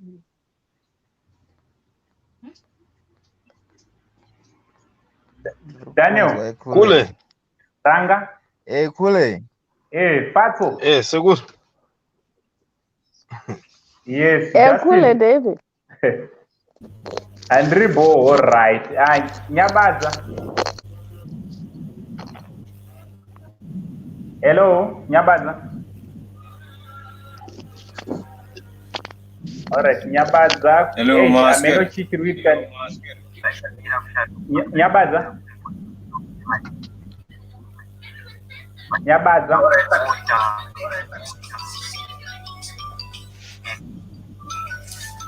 Hello. Right. Right. Regantange newe ranga zurudi. Seguro Masore. Daspera mzukuru wangu waspera se. Ya, ndaspera boy. All right. Iri mudariro. Seguro iri mudariro maone rangu inini ndekudaicho. Yes. Vanhu ngavashande. All right. Chekutanga vanhu vakakura sereki vachibhilivha into kunzi ninga anoroya, ninga akaita mari yakawanda kana kuti mabhizinesi anenge ashandisa something.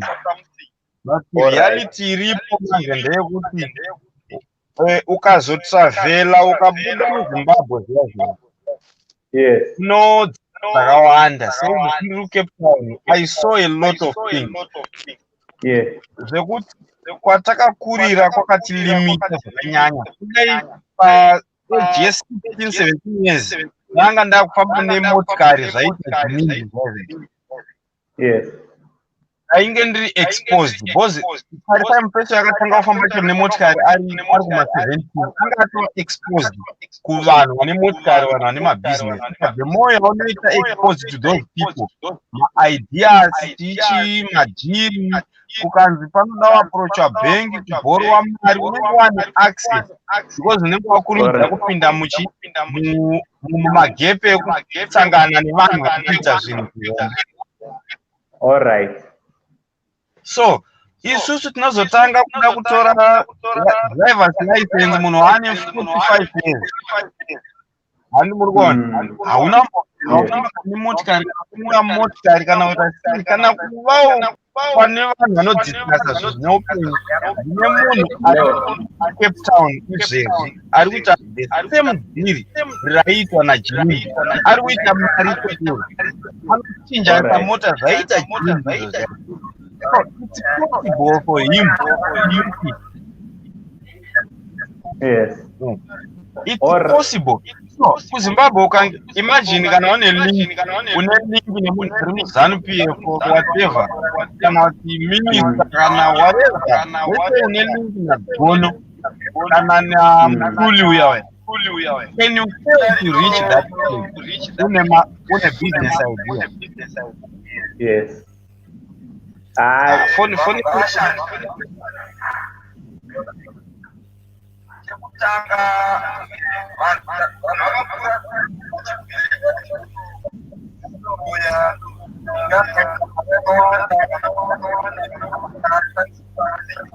Alright, ameno chichirivitika niru bounce back. Alright guys, vari mustudio kandi ndokumbura kuti mumbodonha mesa nditi. Ndokumbura mumbodonhedza imesa ndibe ndakuedha ifuti.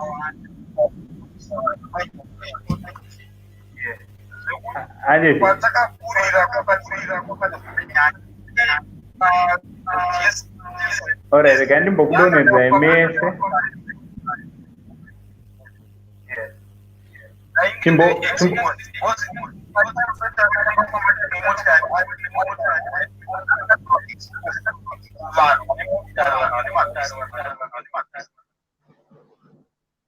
Alright.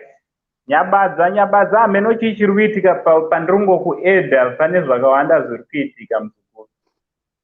I don't know what's happening. So ndichakuedhai 1-1 handiti? Ndichakuedhai 1-1. Right. Smeri Shum. Hello, Saguru. Zviri kudii? Zviripo, ameno muri sei? Ndi right. Kuri sei kuGaborone? Gaborone kuri right. Alright, taura nesu nyaya iri panapa. Nyaya yaJinimbi iri kunetsa kuti pane maodha ari kunzo akaromba.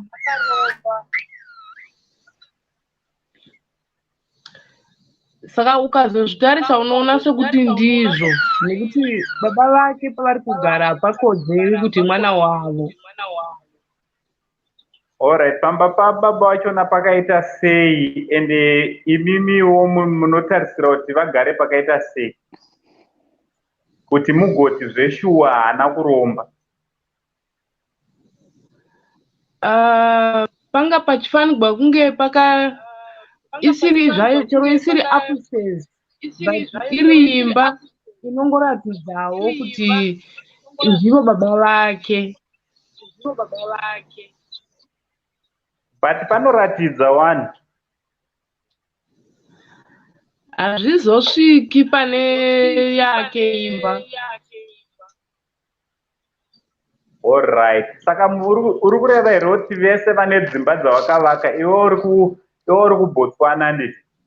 Uri kureva here kuti maZimbabwenzi ese akavaka dzimba kuBotswana vane mari kuBotswana same imba yaakavaka kuBotswana ndo yaanofanira kunovakira mubereki wake kuRuzevha kuti mugoti zveshuwa haana kuromba? Haifaniri kufanana, asi kuti imba yevabereki vake inofanira kuyemurika, endi anofanira kunge asina mutemo waanopa kune vabereki vake kana hama dzake.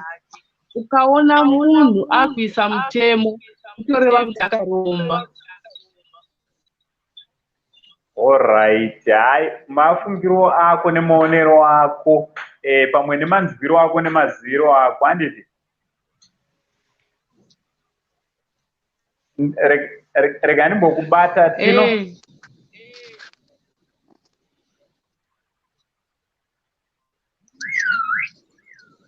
Alright, Trinos. Kule, zviwamira sei? Musha zvodidi?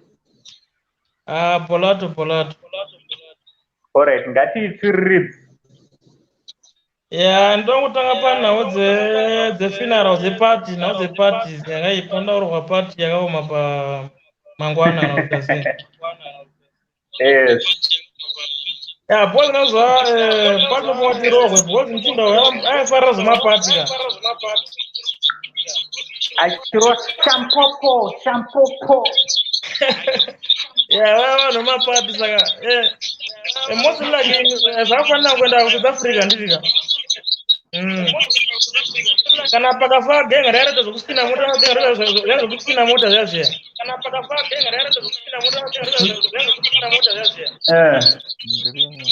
Zuva rachona vandosa kofini rake parod chaipo parod paroundabout handiti potorwa mota zvakasimba zveporwa mota vandospina mota nguva refu saka ikodzero kuti vaite pati yemukomana bhozi mukuona yemukomana wamapati saka semasi kuvaite pati. Otherwise vakasadaro mupesa anojamuka anomuka. Saka mabasa hanzi nebhaibheri hanzi munhu hanzi ukafa hanzi mabasa ako anokuteerera, saka ngaangoteererwa nemabasa ake mukomana. Mabasa akafa atambotanga amborohwa asati achengetewa, ndo madhira aripo. Alright, ndiri kukubata muzukuru. Right, inzwai vazukuru pane alright, just a minute. Pane zvandiroda kugadzirisa. Alright. Pane muzukuru wangu yanga ichinetsa kuti upinde zvakanyanya. Daniel. Kule. Iri kudii? Taura nekukurumidza because yako ndo iri kunetsa, pandiroda kujoinisa iri kuramba. Alright, iri kule. Munoona kule nyaya yekurumba ikai. Yes. Nyaya yekurumba yatiitiri nharo zvakanyanya. Okay. Nokuti tinongoinzwa ichitaurwa asi hatina kurumba uye hatizivi zvinofamba sei. Alright. But vanhu pavanotaura manzwi ekuti kurumba anodonhedza vamwe kuti vasasenza nesimba. Vanhu ngavaedze kusada kutaura nemazwi akadaro. Alright. Komaginimbi zvekuti vakaromba vanhu havasi sure. So chinoitika ndechekuti isusu vanhu muno muAfrica tinonyanya kuda kuti munhu akaita chinhu chakapinda cheumwe munhu tinoda kukurudzira kuti wabata munhu apo manje zvimwe zvinhu ngezvekungopuwawo namusiki unoona mudaro. Yes. Nenyaya yekuti imo munomu kana tiri munyika munomu kune vanhu vanopuwa zvakasiyana siyana. Saka iwe kada kuti manje upuwe kufanana mukomaginimbi chisiri chipo chako zvinokwanisa kunetsa manje. Yeah, zvinokurambisa. Saka ini ndinoona kuti pane vanhu vari kutaura kuti mukomaginimbi chichi vanga vakabata kana anhingi vakabata zvimwe izvi hazvina humbo wakazara. So ndikuona imwe gurupu munomu vechidika havachakwanisi kusenza nekuti ukati ndoda kuti usenze kufanana nhingi kuti at least ndikaita something sakule munhu unokudza kuti aiwa kule vakatoromba. Yes. Panga zvaasingazivi, saka ini ndinongosimbisa ndechiti vanhu ngavaedze kuvhara muromo bichana. Vanhu vasenze nesimba. Sada kutarisa umwe munhu kuti uri kuita sei kule. Tamba yako umwe noumwe atambe yake. Right, rega ndimbopa mukana mukuru wangu asina kumbotaura. Rega ndimbopa Fatso mukana. Fatso. Kule ndezvise. Ndiri bozvo kudidi. Hapana. Taura nesi. Nyaya yekuromba hapana ari kumboziva chokwadi ba kuti akaromba here kati haana. Nokuti zviripo ndezvakuti moza sekuru upenyu hatiri kuramba. Iwe kada kunzwa history yake kwaakabvira handiti kutengesa mavheji kudidi, mumwe nemumwe anenge achishingira kuti ndoda kusvikawo pana nhingi. Uyezve zvinoenderana neshamwariyo yekuti ukatambawo neshamwari dzine brain dzine mari yayo dzinokusimudzirawo. Manje ukatambana naFatso type yedisina mari driver wechikorobo ndotomwa kujoinisa wechidriver wechikorobo. Nokuti hapana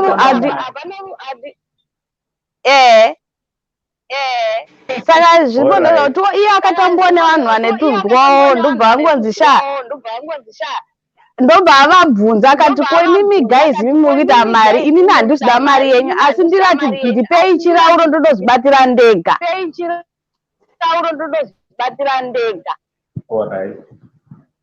Saka vanhu hatina show kuti akaromba here kana kuti haana mheni.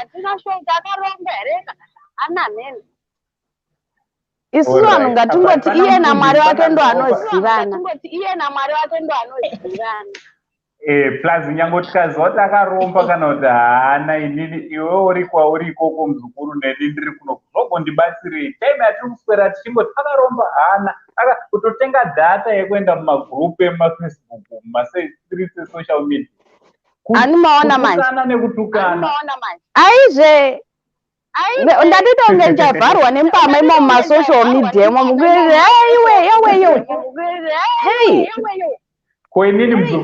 koinini muzukuru ndinoswera ndirimo ndinokanda nyaya awe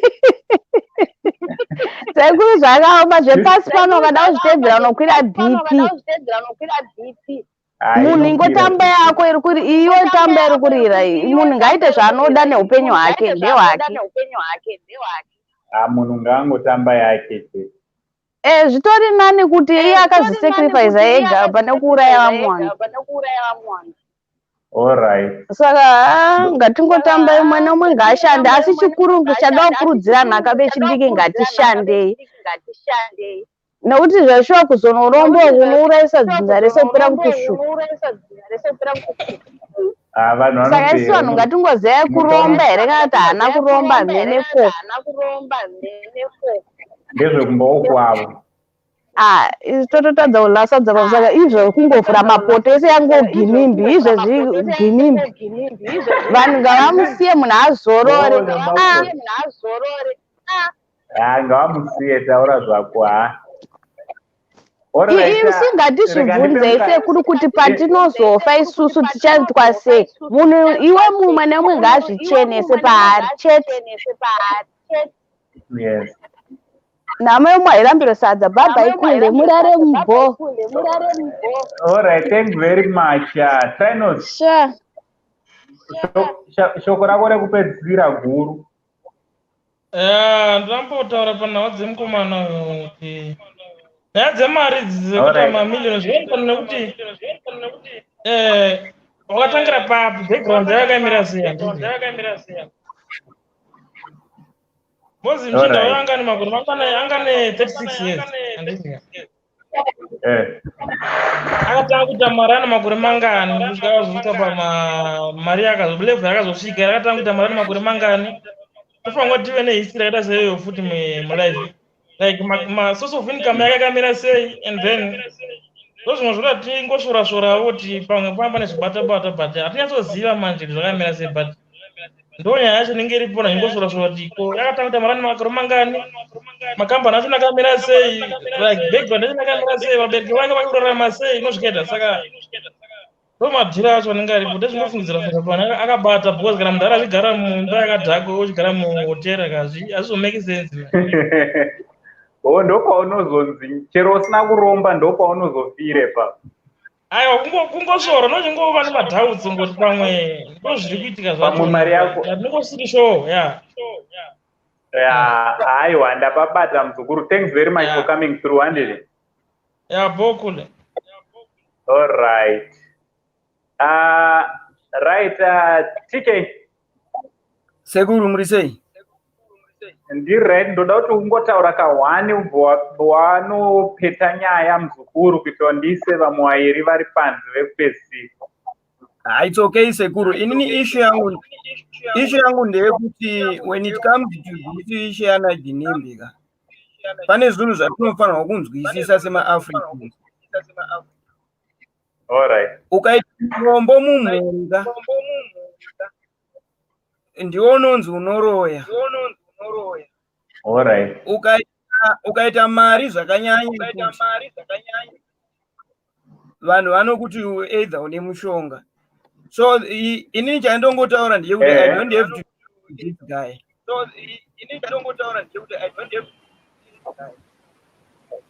This guy because iye ane matagi tamari.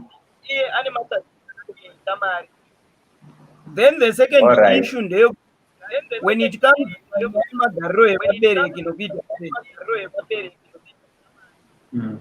hatisi tose tiri kuchengeta vabereki even vamwari kuenda panapa vabereki vavo pavanogara havatarisiki asi they are living a better life.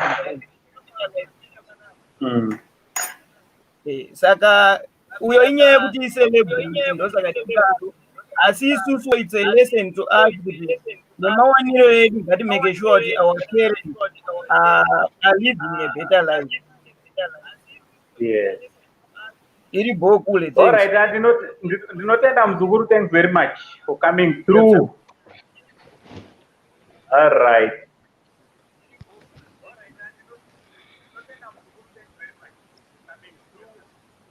Right. Welcome to the show, your sister Nyasha. Sekuru maserese. Daswera zvakanaka, waswera sei muzukuru wangu? Ndangoswerawo zviri nani. I'm very sad. Zviri kuitika munyika medu muno nyanya sekuru. Zviri kuitika zvakaoma zveshuwa. Yeah, I think it's too much to do with right now.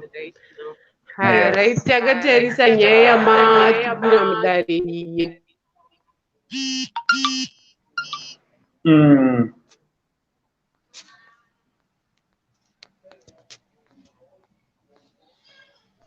Ndinofungidzira kuti nyaya yekuti kuromba iyi kaisekuruka. Tinogona kuibhilivha asi hatifanhi kupinda mazviri, like kana ndichiti hatifanhi kupinda mazviri ndinoda kuti toti munhu kana achinge azvidhisaidhira kuromba kana kuti sekutaura kune kuri kuita vanhu kuti Mocambiqean wakaromba, isusu hatizivi kunoti wanombotudza kuti wakaromba. Chatinongoziva ndechekuti wane mafilling stations, vane magasi kunana Botswana, South Africa, Zimbabwe, ndo zvatakanzwa. Tinonzwa kuti wane mabhawa. Yes. And I think ndo zvinhu zvatinotarisa pazviri, and we need to appreciate munhu nezvaaishanda. Kana aimuka achienda kubasa akadya mari achienjoy. Zvekuzoti apa bamnini apa mukoma, a good example zvanditori senge pandiri panapa inini sekuruka. Family yangu hainzwisise kuti I don't have money. All right. So kana vachitaura vanenge vachiti anodada, haatipe mari, haite sei. Kana munhu achinzi millionaire, iye anenge ari millionaire but ane maproblems ake anoenderana nelevel raanorarama relife, because haachararami life yatinorarama isusu. All right. So akakwanisa kuchengeta maparents ake, isi kuti kanzwa maparents ake achiti anga asingatichengeti right, we will start from there, it's bad. But zvekuzotiwo vana mabrothers, cousins, no, you cannot take care of the entire family. Sekuru kana imi mungati taura zvako seninini vazukuru vangu apapa ndiri kutoona kuti makuda kutopinda mu15,000 angouya chete sekuru handina mari yemasokisi ndotobudisa, sekuru handina mari yemwana amedza tsono ndotobudisa, sekuru vazukuru birthday rangu hamuna chamakandiitira. So vanhu we only take senge isusu mazimbabwenzi tatooneka unhu ngekuti hatigoni kuappreciatana. Inini panditora hangu ininika pane munhu akaitonge Ginimbi akaitonge Passion Java ndasina kana basa nawo, but all I can say is I appreciate because ndinongoona mawanonzi wamboshanda apa. I don't have money, I appreciate them, they have money, they are managing. Saka ukada kuita kakurwadziwa sekuruka haupore, because tikadota seipapa basa kuri mimi mune macameras, we cannot all have cameras. We cannot, we need to appreciate someone. Yeah, that's very true. Tisanyanya kubatirira panyaya yekuti munhu wese angopfuma tongoti aromba, munhu akatadza, munhu akango inini mukadoti nhasi ndikakupai nhamba dzefaire rekumba kwedu kaka mukabvunza wandokudze kuti upi uyu, hatomboti tiri chichichi. As long I'm trying for my mom and my family, I'm good angle, because I cannot manage everybody. Handina mari yacho, handina. Munhu akapfuma haana mari sekuru, because mabhiuzi ake ari haya, mota dziye dzinodhura, anenge achitodotenga dzine pane zvinhu zvanga achitodotenga imwe. Zvekurumba kwavo izvi haisati. Sekuru, thank you so much. Thanks very much for coming through, Nyasha. Get into that issue. Kana vakaromba izvi hatingambotasi that side. We look at the working side. Kana hangarombi airomba achigara mumagumbezi, Ginimbi flyer for business. Handiti. dai akaronga kana zvichiita kanga tirombei tese tongorara mumagumbezi mari youyu if it's that easy. Plus ora ndachida kutokupindura ipapo ndakasichimbonzwa vamwe vanotaura kuti zoni haugone kuromba kana usina zvauri kuita. Anotoromba ndiye anotori nekabusiness kari kuita. Kwete kuti wakarara kumba kuti hauna chauri kuita, haurombe kana usina zvauri kuita. Chikwambo chikuru vazukuru chikwambo chikuru kushanda ndo kuromba kwakakura ikoko. Sekuru mukatokamuka mukutotidzidzisa zviri nani, because if you keep on preaching kwatiri kuti zvikwambo zviriko zvinopfumisa vanhu, inini handikwanisa kutozvibhiliva like me, because dai zvikwambo zvaipfumisa taimbonozvitora kani naimi, nekuti tichangofa, munhu wese achangofa. Sekuru mangu atogona kutodzi kuti mafa, kana kuti inini munozodzwa kuti makamuona here, that one anga ane dhuku uyauya angafa. Noise kudaro ndinenge ndatofa sekuru, but handomboromba imi mamunomboromba munongofa sekuru. Taura zvako muzukuru. Thank you very much for coming through Nyasha.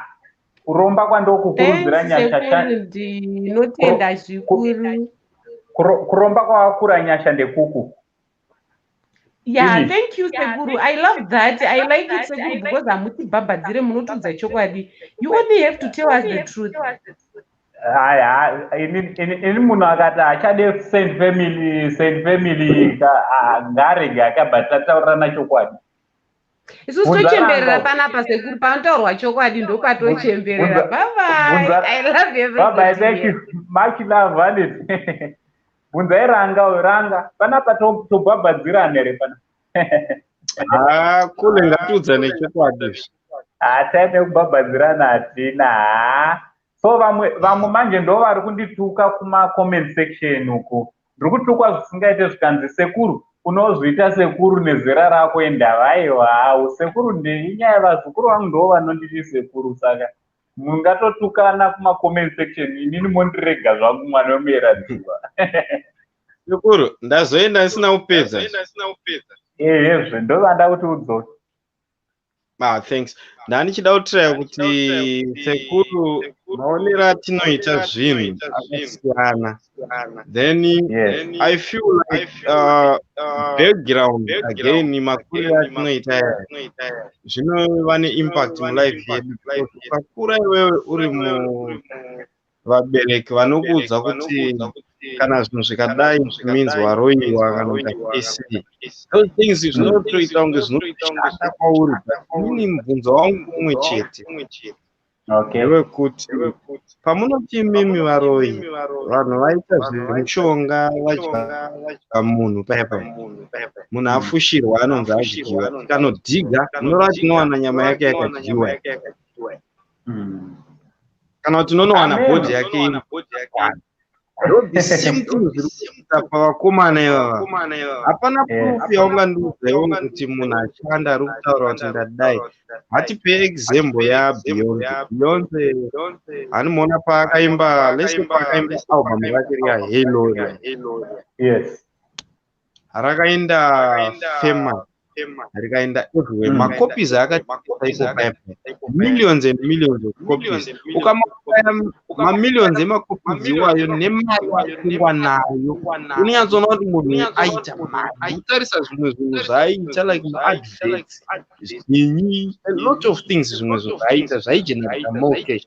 Wochitarisa period yaastretcha achitsvaga mari maybe 15 years, angatadza here kuvaka imba yakadai? Angatadza here kuita kana 10 motikari yakaita semaRolls Royce ane motors? Angatadza. That's the same thing zvinoapply kumufesta akashaya. Hataura zvako. Munhu anenge bozi unozva zvinoitika muzukuru pane ndichishanda chaipo vanhu havapaoni. Ora ndogona kupa for instance, you see this channel yedu iyoika takopinda mu15,000. Handiti muri vanhu, but you started from zero. From scratch. Ipapapa varitoripo vanongona kutoti uyu 5 months 4 months ago anga asati atombozikanwa paYouTube. Ozvine zvakuto kwese ukaenda kana kupi Zimbabwean anko kungodayo kana ma celebrity zim uncle zvine 4 months kana 5 months chete umwe munhu anobva atoti anondiziva wandakadzidza naye wandakakura naye anobva uyu akaromba but hamusi kuzoona here ndiri kuita mavideos akawanda each and every single day hamusi kundionawo here kufacebook every day each and every single day handisi kumuswera ndiri kumainstagram here ndichidenha ndichidii ndichitsvaga nyaya dzacho pauna uchiita zvese munhu hazoone munhu nenguva yamakatangaoka tinotarisira kuti nekufamba kwenguva munofanira kunge maipapapa nditika but Genius mari yake yakabva yaita yekungotubuka 2 minutes zvisina kana neorder maiketa zvinhu zvekuti kana vanhu havatombobilivi bakuti vachibuda nanaDavid David vanotozikana kuti masatanist ndo mamwe mafriends ake ivavo maiketa zvokuti izvozvi pakafanira Genius David Rivaldo, wait. Rivaldo, hatigone kuti vanotozikanwa inyaya dzinongotenderera. Inyaya nobody knows. Okay, for instance the guy, all right, wataura yezita rake ka. Uyoyo baba wake is a millionaire. Davido. Yeah, everybody knows that his father is a billionaire, but masaini mamwe anoitaya nditika pane mamwe masaini anotaega inini every day like David haapedzi video rake ka asina kuti asinoratidza kuti isaini iri kuenderana nechiritual chake chechisatanism haapedzi somwe hazviite izvozvo ndo game racho ravo revakomana ivavavo munhu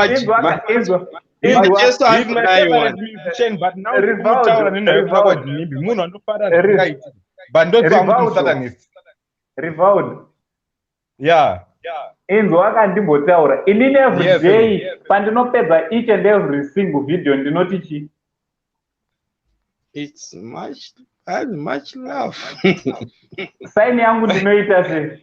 Urikuona pandichanzi ndinoromba inini. Iro rinoiri video ka. Ndinototi much love. Saini yangu iyi. Kana ndazoita mari maimuona kasaini kachona makaona kasaini kachona takagara tamuona muchimbe iyoyo kune mari dzinobvisisika kuti aiwa sekuru vangu apa wakaita mari nenhau yekudi kwemalive videos avo paYouTube kwete imwe mari yayo yekuti haizonzwisisiki kuti kana kuti show yake munhu anoita 25 million network yake ko show yake inenge ichimboita mari kana munhu akubhadharisa mari yakanaka kana munhu akuti anditoge mari yakanaka chaunonda kunzwisa pazvinhu zvausingaziva kuma aiwa pane zvimwe zvinhu zvinoda kunzwisisika rumeka dzimwe mari dzacho hadzizonzwisisiki handiti munoona munhu achiita 25 million network but haana kana more than 30 years aiona kupi mari iyoyo ko iwe ko alright taura muzoranga. Right. First of all, mukomana ari kutaura nemasaini. Mababata manje. Munhu anoita more than 30 million but totaza handiyega ari kuimba. Handiyega akaita ma-views akawanda paYouTube rowatu. Kuna vamwe vanhu vahombe kwaari kam. Wakatanga kuimba asakatombobarwa. But iye paakazobarwa akabva akura kudarika vanhu vese wawawo. Kuita mari akadarika vanhu vese wawawo. Maiketa. Ndo ndinoratidza kuti aiwa iri rimwe racho simba richazirega bairi. Mochitsaka vanhu iwawawo. Imi hamungatangi kulinga, imi hamungalingi nemunhu musatanisti, musiri musatanisti, munoziva here. Hatitolingani ipaipapa, hatitolingani. Kuti molinga nemunhu musatanisti, musiri. Kuna vamwe vacho hatisingazotauredi vakawanda, but kuna vanhu vakawanda, ndoziva kuti hai uyu akabara zvakawanda uyu. Vanhu vanozotaura munhu hafa because anenge asina mapawe ekuti adii. Anenge asina mapawe ekuti akudzosere nyaya dzacho maketi. Yes. All right. Thanks very much, Karanga na Rivaldo. Thank you very much for coming. Thank you very much for coming to Rivaldo. Regarding ndarikidza time ndarikidza zvakanyanya. Rega tingopa vamwe vekupedzisira mukana vatipewo pfungwa dzavo. All right, Segu. Yes. Rega ndikudonedzei. Okay, Segu. Yes, Konti.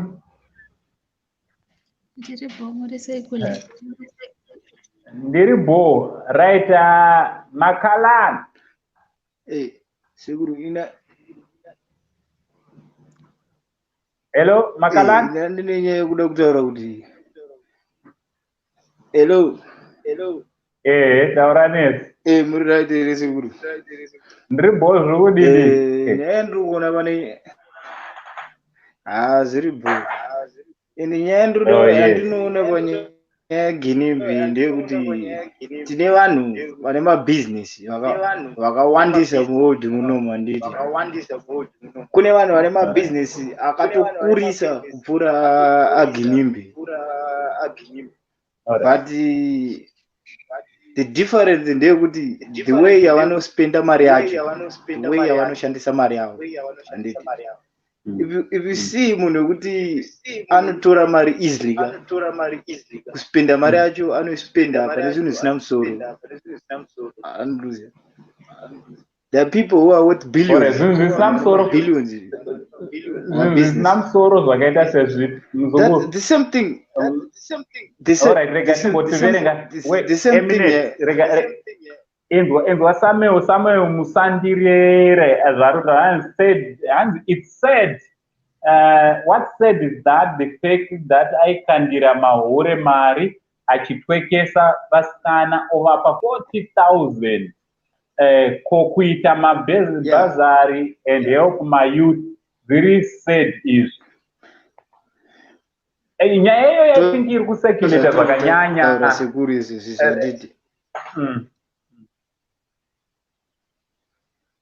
Nyaya iyo inenge iri kutendera zvakanyanya. Konti ngatimboye kwamuri ndimo. Akazadza yadhi yake yose nemota.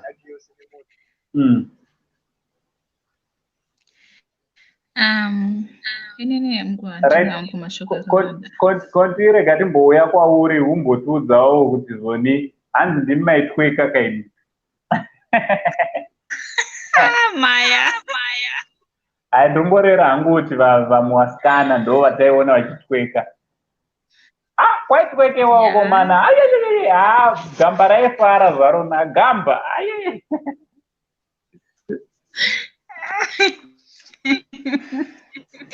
Akulega unozonjadzisa kutaura. Alright, chitaura muzukuru. Inini zvangu ndokwanisa kuzviramba kuti anga akaromba. Alright. Chokwadi chinotozerwa naye Ginimbi kuti nesu isusu tichiya zvekufungidzira kuti pamwe. But inini hangu pandoda kungoti chandakanyanya kutya ikeke riyari. Keke ndakaritya. Okay, keke rebirthday akana neni ndakati dai ndaiva kunda ndisingagone kuridya zvangu. Ndakatya keke inini keke ndakaritya. Kana nhasi ndototi ndakarara ndotorirota ndotomuka ndichitonamata.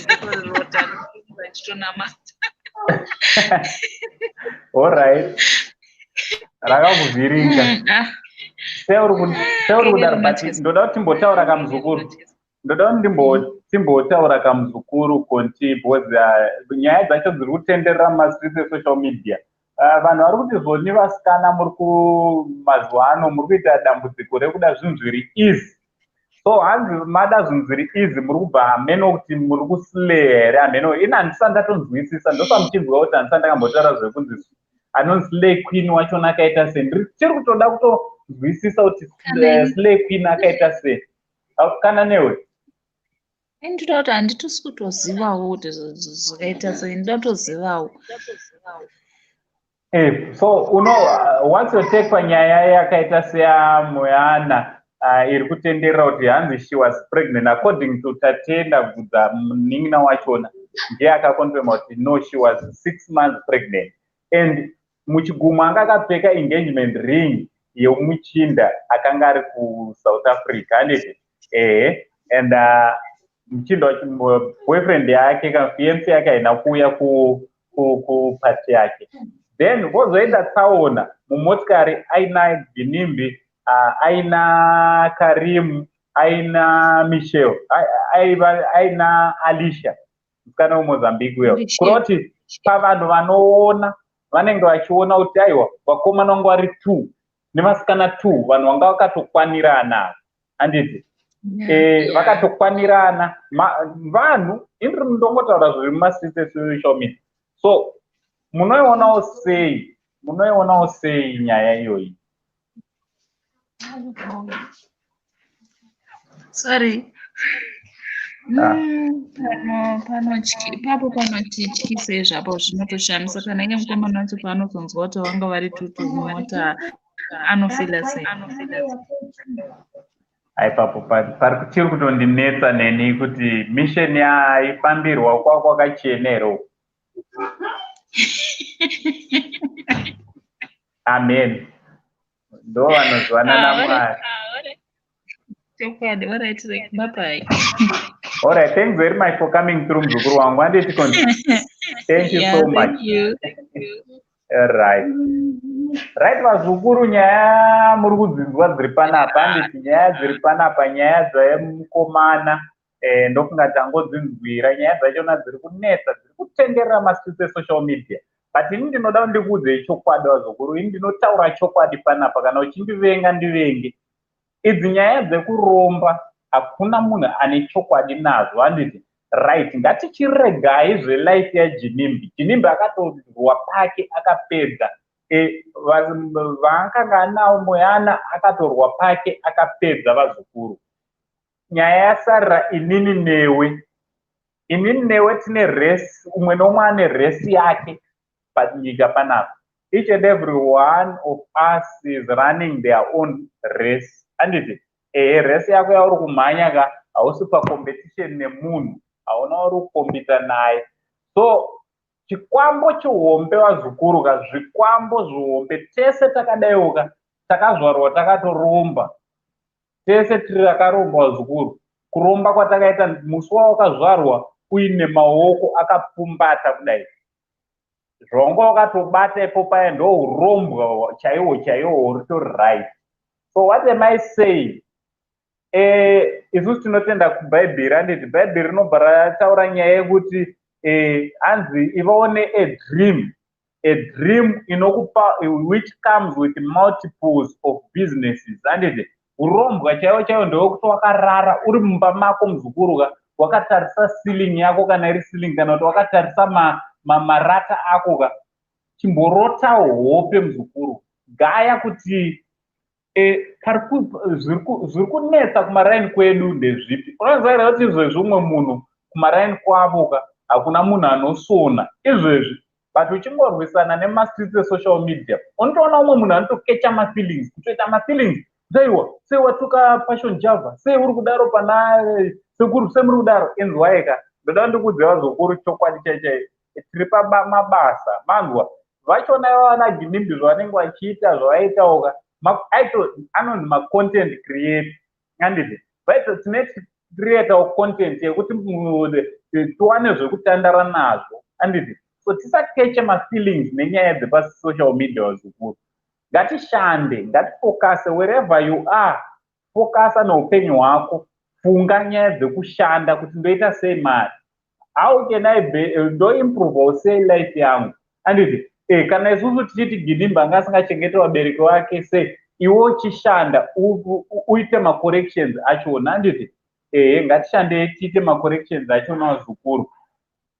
Right, ndoda kuintroducer, pane yandiri kuda kuintroducer vazukuru. I don't know kana mzukuru wangu ari padhuze, mzukuru wangu anonzi Mary Mabote. Right, Mary haugone kupinda mustudio here. Mary, if you can please come mustudio. Right, Saint family iri kuita mabasa makuru anoitirwa behind the scenes. This channel vazukuru ka ichannel tinobhilivha mukubatsira vanhu handiti, kubatsirana sefamily handiti. So totori neteam yema-intercessors kana wanga usingazive. Isusu tinobhilivha muna Mwari and we believe in prayer. So this channel kunotori nevanonzi ma-Saint family intercessors. Ukaita problem yako ka anytime, my intercessors they are always available to pray with you. Whatever problem yawinayo zvimwe spiritual zvaunonzwa katotori nematestimonies akawanda andiri kuda kutozoti vanhu vange vari vano I think nekufamba kwenguva katichange tichiita tumavideos tomatestimonies vanhu munhu achitaura kuti chii chaiitika achikudzai zvakaitika kuzosvika solution yake yauya. Zvese izvozvo zviri kuitikira panapa paSaint TV. Regai nditrai kuedha leader wedu panapa tinaye Saint Family Intercessory Group leader anditi regai nditrai muzukuru ndokumbura ndaikuisira link ndaisa linki please come through please ndoizva ndogona ndakujuma but hatina imwe nguva anditi patoita malive stream ndo patotodziita nyaya dzacho semhuri. So ndaisa link umwe anogona kuti yese kuri inini zvinhu zvangu ndiri kutraya ndiri kushanda vazukuru pana umwe munhu anoshanda kunatsoona kuti hazveshuwaka hanzi foni yangu haina magetsi. Alright, it's okay. It's okay. Right, rega nditaure ndiri kuda kuti zoni pana umwe munhu anoti ndiri kushanda sekuru inini alright kushanda kwachona ndiri kushanda but hapana chiri kuitika. Saka ndoita sei? Sometimes kama anenge atori maspiritual problem zvinhu zviri spiritual wazukuru zviriko zvinotonetsa zvinotobata muupenyu hwavanhu. So tiri kuti Saint Family intercessors varipo pakuti zviri spiritual zvachona tombozvizama ka handiti tombopinda pakunamata tombopindawo pafasting chitaura kunyasha pamusoro pezviri kunetsa zvachona ndokuromba kwakanaka. Apa ndakutokudzai kuromba manje takutorombesana tinoromba nemabvi vazukuru kushanda nesimba mabvi kushanda nesimba mabvi vazukuru handiti kufungawo kwete kungobuda ziya chete ka kungobuda ziya uchingobuda ziya fungawo maideas wobuda ziya because sometimes unogona wazati pana mwana ane system yekuti maZimbabweans tine problem yekuti kuZimbabwe ukangonzi zveYouTube zvakubhadhara every Zimbabwean anobva atoita channel yake zvema-CD I still remember pane pakambonzi pakapinda ma-DVD and kanzi zvema-CD zvokubhadhara zvema-CD zvabhadhara every Zimbabwean atanga kutengesa madhisk and fungawo idea yako isina vamwe zvotofamba right yese muzukuru. Alright. So ndonyaya dzatinadzo. So vazukuru, what do you think nenyaya yekuti tinge tiri tine group redu rema-intercessors handiti? Also Mary, she's already ane assignment akawanda, she's working panyaya yema-projects nema-projects atoda kuti tinge tiri tinoita. She's one of the people anenge vachibetsera vachibatsira kunyaya dzachona ikoko handiti right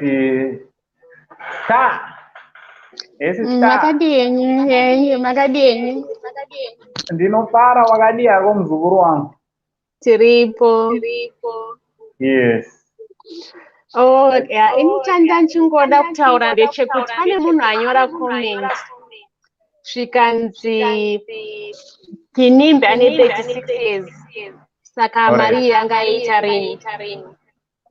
Inini ndine 37 years. Ndatori ne 20 years ndakapedza O level. Saka kana zviri zvekushanda Kinimbi neni takasiyana ne1 year. Saka chii chaimutadza kuti by now angada ashanda wakarecover zvinhu zvese zvaanga atorecover. 36 years asi mwana mudiki, 36 years munhu mukuru unogona kuachiva zvinhu zvakawanda pa36 years. Yes. Ndo zvandachingoda kungotaura chete. Alright, ipapo wataura chokwadi muzukuru because vanhu vari kufunga kuti 37 years ka mwana mudiki senanditi ndine makore mangani inini ndatifambe zvangu zvekutoti ndinotombozoti ndikafunga kuti gore randakabvawo chikoro negore randakatanga kujamba nemabhodha inabweta bhodha jampa kaindichi nesu takambogara kuSouth Africa iye zvine zvtakagara kuEurope upenyu tichifamba ini unoziva here kuti muzukuru ndaenda kubhodha repaMozambique unoona kuti kubhodha rekumozambique kuyekwe nerepaSouth Africa ndaipinda every week to an extent kuti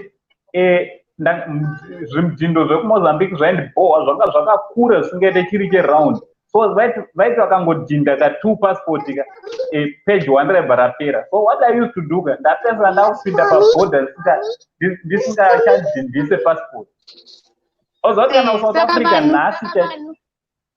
nhasi chaichaindongoenda ndisina kudhinza passport so all those stories kana wakuzodza vanhu vanenge vakuti pesu uyu arungorotomoko akashanda mukomana ndinotaura from my experience kuti inini ndakapedza O level yangu ndine 20 years ndakapedza O level uchishanda and at the age of 22 ndakatanga kushanda saka munhu ozondiudza kuti munhu anga recoverini zvinhu zvese izvi makore esapa mukana yevanhu yakasiyana siyana yes hanzi namuparidzi zechapter number 9 here verse 11 hanzi the race is not for the swiftest no the battle for the strong hanzi but time and chance happeneth to them all vazukuru chinhu chinoitika kulife upenyu humwe neumwe everyone unotombopiwa time yako nechance unotomboiwana time and chance ozoti pane vamwe vanhu vekuti anonzi alright panogona kunzi alright uchiruzere zvekwaukei zvezvekuti munhu ainzi ahwina motikari but munhu ari kutora motikari yachona ndiye aripo muground iwe takamboti takagara neumwe muchinda so muchinda yezita rake rakadaidzirwa ndizvikangano zita rake rakadaidzirwa tiritori kusango zita rake robva radaidzirwa zvikanzi ningi zita rako uya uzotora motikari yako BT50 yakwe nyowani apa muchinda tinaye ku about 142 kilometers away from Kuharare Borodo response mukana wake wekuti afambe nemotikari akatoona paTV kuti vakomana izita rangu rudaidzwa ndofonerani ndoita sei kanzi aiwa time and chance mukana wakamusvikira but he was not at the right place at the right time so ndozvinhu zvatisingazive izvozvo seumwe munhu izvezvika umwe munhu utaura kunokuka maybe mukana wake ini pamwe nini mukana wangu ndiri kusadharara ndiri kuno kwandiri maybe mukana wangu uri kutodarika kuZimbabwe chokwadi ndiri parwrong place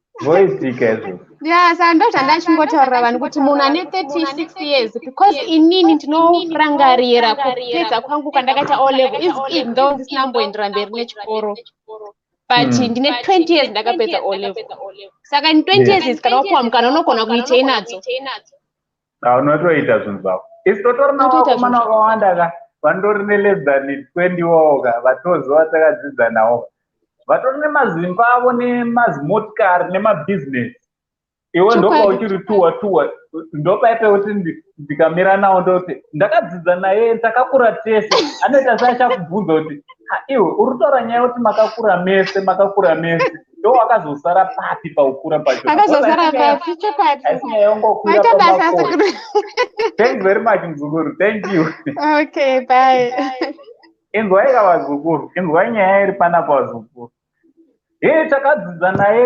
mujinimbi takakura naye mukomana ko pakukura pachona wakazosara papi ndepapi pawakasara metsi yako yakabhaizika papi pawakazosara chaipo chaipo ndepapi handiti kwozotiwo uzoti pane vamwe vanhu vachaita seticharohwa nevana vedu kana takura. Uzva pane dzimwe nyaya dzandogara ndichigaya soka ndaitira hasha mudhara wangu. Pane one nyaya yandaifunga yaingondiitira kuti ndiitire hasha mudhara wangu handiti tichikura. So my dad was a great man and it was a great man, but pane one nyaya yaindiitisa hasha. Pane umwe mudhara wekumaraini aiva nemari zvisingaiti.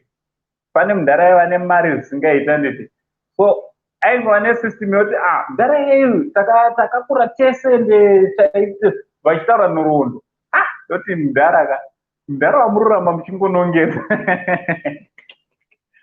Unoita hasha sokuti muri kuti makakura mese kwemimi how far makazodii. Ona pandirova. So what am I saying? Nesuwo tichatirwa hasha nevana vedu vazukuru, tichanetsana nevana vedu uchingoti ningi uyo yandomuziva, ningi uyo yataitaura tese, takakura tese.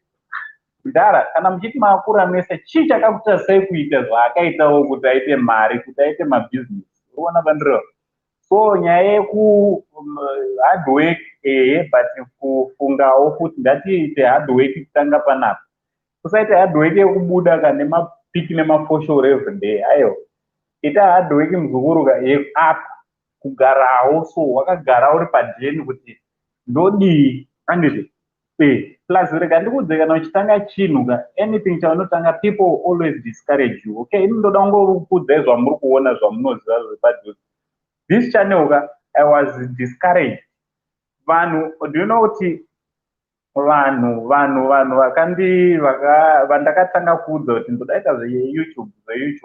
Vanhu vanokutarisa sokuti unoda kuita zvei iwewe, wobva waenda kuYouTube, wobva watanga kupa example kuti ana nhingi vaivai, ana your boy Biz. Ungazoita sezvinoitwa ana your boy Biz, rega nditi your boy Biz because ndiye bhuru wangu handiti. Ungazozvigona kana kuti wakupa maexample evamwe maYoutubers. But vazukuru hapana kana chinombotyisa. You can be anything in life handiti. Handisi kuti ndinazvo, handinawo zvangu handiti. Handinawo chandinacho, but kutoudzirana maideas tenge tiri tinoita tese handiti. So thank you very much vazukuru.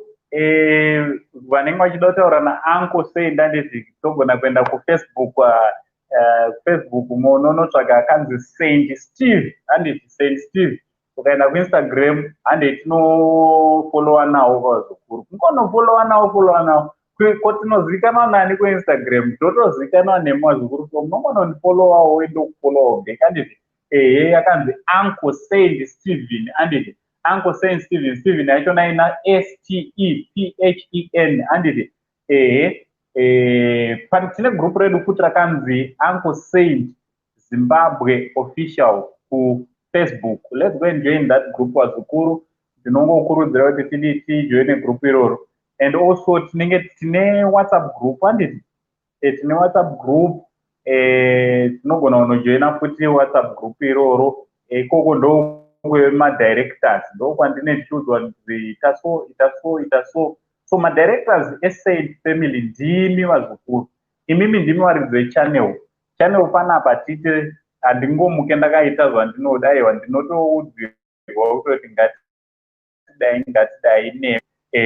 So ndichipedza zvangu pazuva ranhasi ndichivhara, ndoda kutendai vazukuru vangu. Thank you very much for all your unwavering support. Uncle Saint is nothing without you. Uncle Saint is not there without you. Handiti vanonzi sekuru Saint havasi chinhu kana imimi musikasavadana kunzi uncle handiti. So I want to thank you very much. Ndoda kuappreciate vazukuru nekugadzira vanonzi Uncle Saint. Uncle Saint vanotogadzirwa nemi. You are the ones who are very behind Uncle Saint handiti. So ininosa sekuru Saint ndingoda kungoti thank you very much for all your unwavering support handiti. Also, thank you very much. 18,000, 14,000, 15,000 subscribers. Thank you so much for all your unwavering support. Vazukuru, hapana chinhu chakaoma sekuwana one subscriber. ukaona munhu asubscribe pachannel penyu kana kuti pako kune vane machannel munhu anenge atofungisisa handiti. So thank you very much nekutsigira musha zvikuru nchida kukurudzira kuti ngatione mavideos handiti. Tine mavideos atiri kuita akawanda hande tinoona mavideos. Let's share nefamily and friends our channel redu rive remhuri handiti. Any problem yawaita muzukuru ngatitaura neiwo tichinzwa kuti zvinhu zvanetsa tinotaura kuFacebook tinotaura kuInstagram handiti tinongonyorana mameseji and then vanenge vachida kujoina group nobva ndatora phone number dzako obva wanojoina our WhatsApp group handiti. Also ngatishandisei veSaint family intercessors and let's use family intercessors ndokuromba apa pandakuudzai kuromba chaiko chaiko prayer and ngatirombei paprayer zvikuru tisingazotinetse mangwana and also vazukuru kana ukaonawo vamwe vanenge vachitambura ngatibatsiranei vazukuru and tiitirane rudo vazukuru. Love, let's love one another and kana uinazvo batsirawo vamwe. Vabereki ngatisakanganwa vabereki vedu because bhaibheri rinotaura kuti handikudza baba namai kuti hanzi mazuva ako awande panyika panonakidza panapa vazukuru. So mangwana tiri kuita imwe live streaming. Mainzwa renyaya yevana vaurayiwa namai vavo. Chii chiri kuitika chaizvo? Mai vauraya vanhu vavo 4 and she was pregnant. Vakazvitakura futi apa vomwa mushonga. Nyaya dzachona dziri kuitika gore rino ndaifunga kuti tichingori pedza chete I'm going to delete inini hangu kandoda kudelita kese kegore rino because gore rino ranga rakatiomera zvinhu zvakawanda zvanga zvichikanganisika. So toda kuti tinge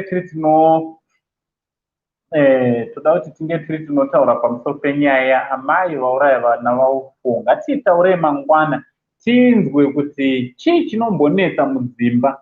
Why is it vanhu tikanetsana mudzimba wazukuru kana muchinge manetsana why is it uchizofunga kuzvisungirira uchizofunga kuda kuuraya kana vana zvinoitirwa izvozvo vazukuru handiti. Chinhu chisina kunaka ichocho. Ngatisadaro, ngatiwanze rarama murudo handiti. Ngatite rarame murudo especially vana vedu. Let's protect our kids. Mwana kunyange angari wako angari wababa mukuru wepam next door pako pamba pamunoroja wese mwana mutore semwana wako. Let's protect vana vadiki handiti. Ngatiprotectei vana vadiki vazukuru handiti. Tisakuwadze vana kunyange mukanetsana sababa namai tisainvolve vana handiti. Ngatisainvolve vana panyaya dzedu dzatinoita netsana zvikuru handiti. Apa ndakutorayira sasekuru zvavo ndakutongonhonga nyaya dzedu tapedza pasasekuru vevanhu ndo panonzi anko pachona handiti. Ndinofanira kuzotsura nekubata handiti. Vana mai nana baba mudzimba ngatidananei. Love handiti. Kudanana mwana wevanhu ngaadiwe to an extent yekuti naye anodhanganyika musoro. Ida mukadzi wako svika adhanganyika musoro muzukuru handiti. Okay, Len Mocharamba wadombotaura nasekuru ndinyore kumuzukuru ndinyore kuFacebook tiri notaura zvakasununguka ndokupa namba dzangu ikoko handiti.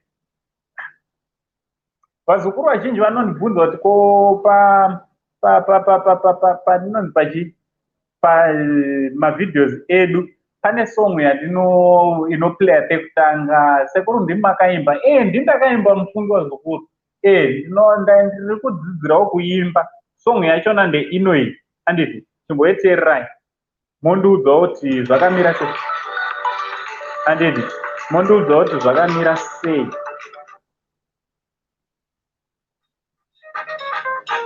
Chimboteererai mumbondiudza. Ndoenda kustudio.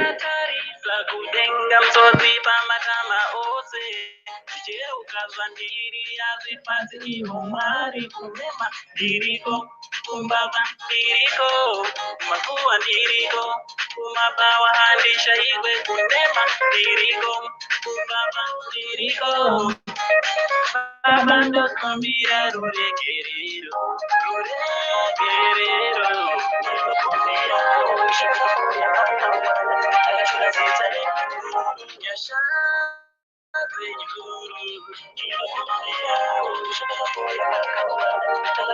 Saka ndoda kuti mungonyorawo mumakomenti wazukuru mundiudza kuti what do you think kuti ndopinda mune zvemusic full time here kana kuti bosi ndaingoita zvekutamba ndina bhururu wangu anonzi TK Holland ndewo kustudio kwake ndokwandakaitira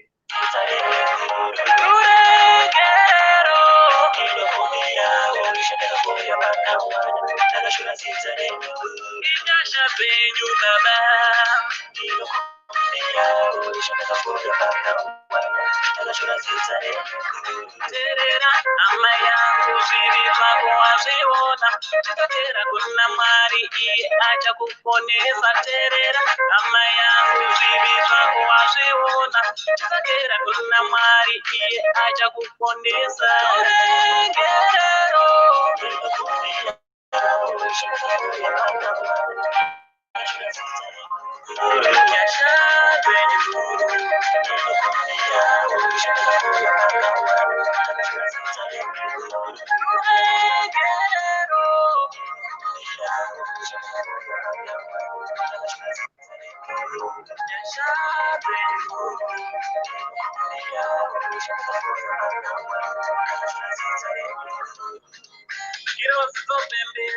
Kamuchira Ngirozi zopembera waponeswa Ngirozi zopembera wagamuchira Ngirozi zopembera waponeswa Ngirozi zopembera wagamuchira Inzwa kupembera kupembera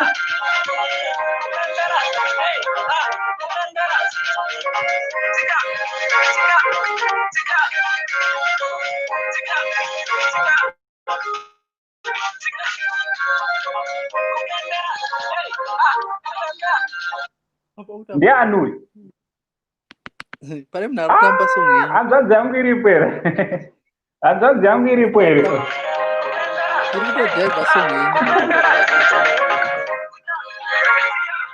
arega tinakiri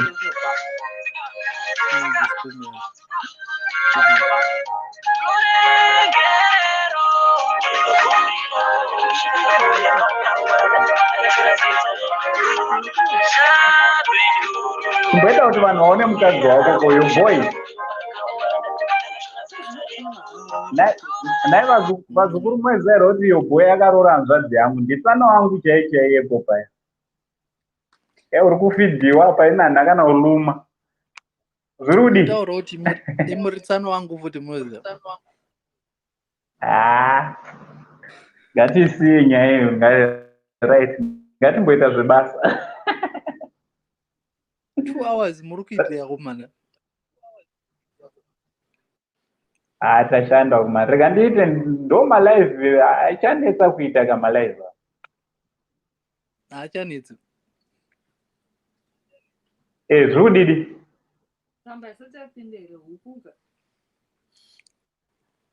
mazvinzwa hello inzwai hanzi watichi ngavauye kana vapeko vanonyareko kamera kuuya vato mugumbezi hanzi chi watichi all right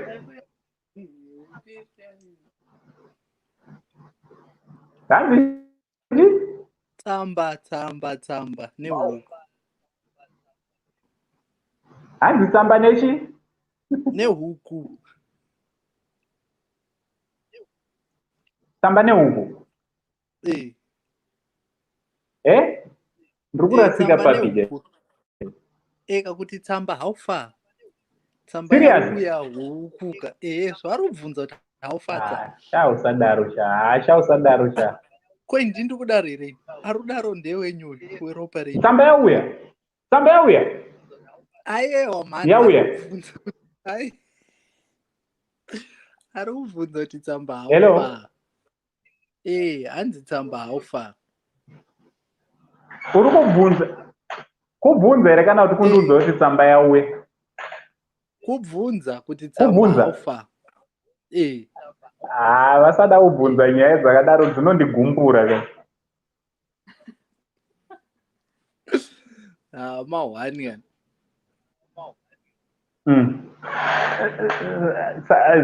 Taura nesu tachimbotaura nyaya ndachimboimba so ndachibvunza zukuru wangu kuti zoni ndopinda mustudio here zvikanzi naDiana Green. Diana Green unomuziva here? Maybe comment section. So hanzi aiwa kustudio munokodzera sekuru mugona kuimba imi. Thank you very much. Ndikangoita vanhu 10 chete vanondisapota ka ndakutoudza levels kuti levels ndiri kutouya kuzoita. Ndoenda kwalevels here kana kuti kwatamuka? Ndimuchandiudza futi. Levels anotenga mabhiti ka saka totsvaga mumwe. Hanzi naFiona muzukuru wangu wepedyo zvikanzi ongoendai kunotsikisa, you are good. Thank you very much. Saka ndane 2. Zvikanzi naCorona 3. Ernest 4. Hanzi music yeiwo hanzi yeiko uyu ati handigono. Hanzi rambai muri paYouTube kumusic hakuna chiriko. Vanopiwa mota kavakomana here. Wambonzwa YouTube akatengerwa mota na fashion. Tengera YouTube motikari. Toda kunotengerwa vanhu mota. Hanzi akuenda yesu unobhowa. Iwewe ndounonakidza. Abvira ndataka kare zvenyu. Ane mazuva anongondataka kana kukomenda. Akana newo kuti unobhowa. Hanzi akuenda yesu unobhowa. Neniwo ndingagone kunakidza vanhu vese here nhai muzukuru. Vonetsa kufadza munhu wese. Pana vamwe vanotobhoika nawo kwozotova vamwe vanotofara. Hanzi makafitwa neizvi kwete music. Alright, thank you very much. Smeli unoti kudina uye handiti unobhowa.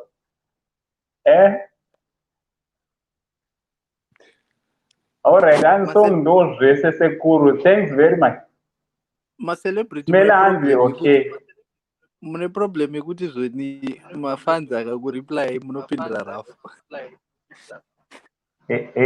Ndozvavanoita. Mai kuYouTube hatipindure rafu. YouTube tine tiringori vanhu vakanaka chero munhu akandituka nechingoti alright. Sorry maboss. Sorry. Ndoziva kuti once kuti munhu asubscribe zvinorwadza. Ukatuka unototi thank you very much say. But ndoda kumboiadresa nyaya yekundituka. Kune vanhu vanondituka kucomment section zvakanyanya stere. Pazukuru ndawo ndikuudzei chokwadi. Inini kutuka ndinototuka zvisingaite. Ndinotuka zvokutoti unozvisungirira kuzvisungirira chaizvo. So ukaona YouTube asingakutuke uchimutuka kucomment section. Tiri vanhuwo vazukuru handiti. Plus iwo semunhu. How do you feel kungofamba uchingotuka vanhu pamastreets esocial media? Kungotuka vanhu. Ndokushayiwa unhu ikoko. Unonatsoona kuti munhu uyu andoriwo neproblemo dzake dziri behind. Yo boy chimbotaurawo shamwari tipedze panapa. Apa ndinotaura kuti chima njao. Nenyaya dzinotuka vanhu. Sinopile Richie. Ndotaura nenyaya yechima njao. Alright, hanzi naDelia Makahadzi. Hanzi ngenji muri kumirirei apa. Tatopedza zvedu muzukuru. Tatopedza nyaya yacho tarova. Ona 2-3 hours dzatarova panapa pashanda. Alright, thank you very much. Hanzi natie endai muite zvese. Amogona kule. Thank you very much. Thanks very much. And then ini kanyango ndika vazukuru ndoda kuti mundisupport chero ndikazoita handizomboite kuti celebrity because ini zvoku celebrity handizvidi nyango ndikaita mbiri yakaita sei ndongoramba ndiri sekuru. Mirai ndikubate ipapo. Hamudi zvoudzi celebrity musi unozuro ndiuno maita video tori celebrity because muno celebrity amuchada. Ndichiri mazuva mashoko aiwawo handinoti ndakatika ndakati pane vanhu vanototi celebrate avo they are there.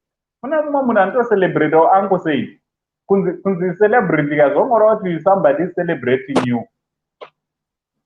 Alright. Hanzi tiratidze mayo boy. Tiratidza vanhu mukadzi wako unonyara naye here seuchinyara nemukadzi wako iwe. Anyare naye ari kuzvinzwa here hanzvadzi yangu anonyara newewo. Maya hanimbonyara varida kuona maiyo boy unoda kuonekwa unofanira kunge paita sei mirai tinzwa varidzi unoda kuonekwa zvaita sei hamufanira kushonongorwa haangoonekwi ndisheika Code patient hanzi mari dzavo patient gomela hanzi shuwa henyu sekuru chero nesu tinotukwa munhu anobva kuuya uzotuka vanhu kuna umwe vanhu ane mhepo chero anongoya tanga ngotuka vanhu mucomment section. apo achituka tanga arutaura neuyu nekumashure. Inini senindombotukwa ndeni hanzi alright Diana Green ari kuenda kunhamo mangwana hayo endai kunight kuwhite party nekwagreen kwanditi so chitaura kekupedzisira muzukuru mangwana hanzi kune candlelight kapa accident scene. Hanzi zoni munhu ngauye necandle pakaitika accident in respect of Jinimbi, Moana, Alicia na Karim na 6 p.m. Alright, watotudza imwe saka mangwana tine basa futi. So guys, mangwana tichaita mira imwe ndatenga rangu candle.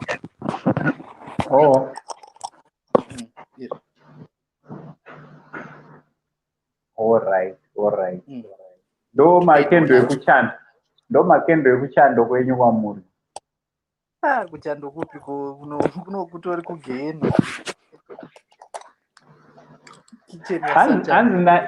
Hanzi joina hanzi manje vane musaka ndo vasingatani kunzi vakaromba. Inini maya hanzi vane musaka ndo vasingatani kuromba. Skanzi namati ona mati muzukuru muhanzvadzi yako hanzi aiwa kamuzukuru anongoshonongorwa ka here. Muzukuru anoshonongorwa muzukuru wasekuru plus inini handina chekushonongora ka handi hanzvadzi yangu hanzi nafiona hanzvadzi yangu iwe hanzvadzi vatete vari kuzvinzwa ndoda kuvaverengera meseji yafiona hanzi nafiona vatete pane zimhandara rinonzi fiona riri kuti yo boy ndinofarira the way yamunoverenga nayo chirungu 100% kuverenga. Hey, chatombopota unchiitawo zvechirungu. Paunofanira kuverengera boy.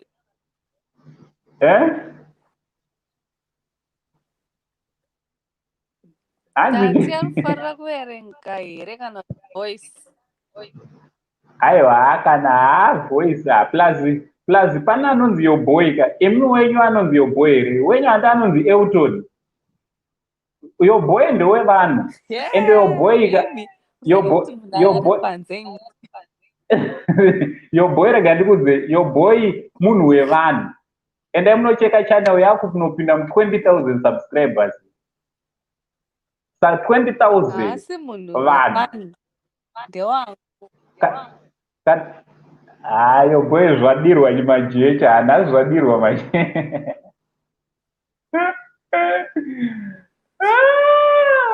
hanzi ndanyara aiwa inzwai hanzi Winky D Winky D ndewevanhu but Wallace Chirumiko ndewani vakomana chimbomira rega ndimbomuresa anonzi Shepherd Pasirai kana ariye wandoziva uyu ndebhuru wangu chai Pasirai konfema kana uriwe shamwari handa kutokudza chokwadi iwe andiri mukwashere une hanzvadzi yangu remember ipapo chapo togona kutopesana Pasirai taura ndiwe here wandiri kuziva ana Yvonne Monde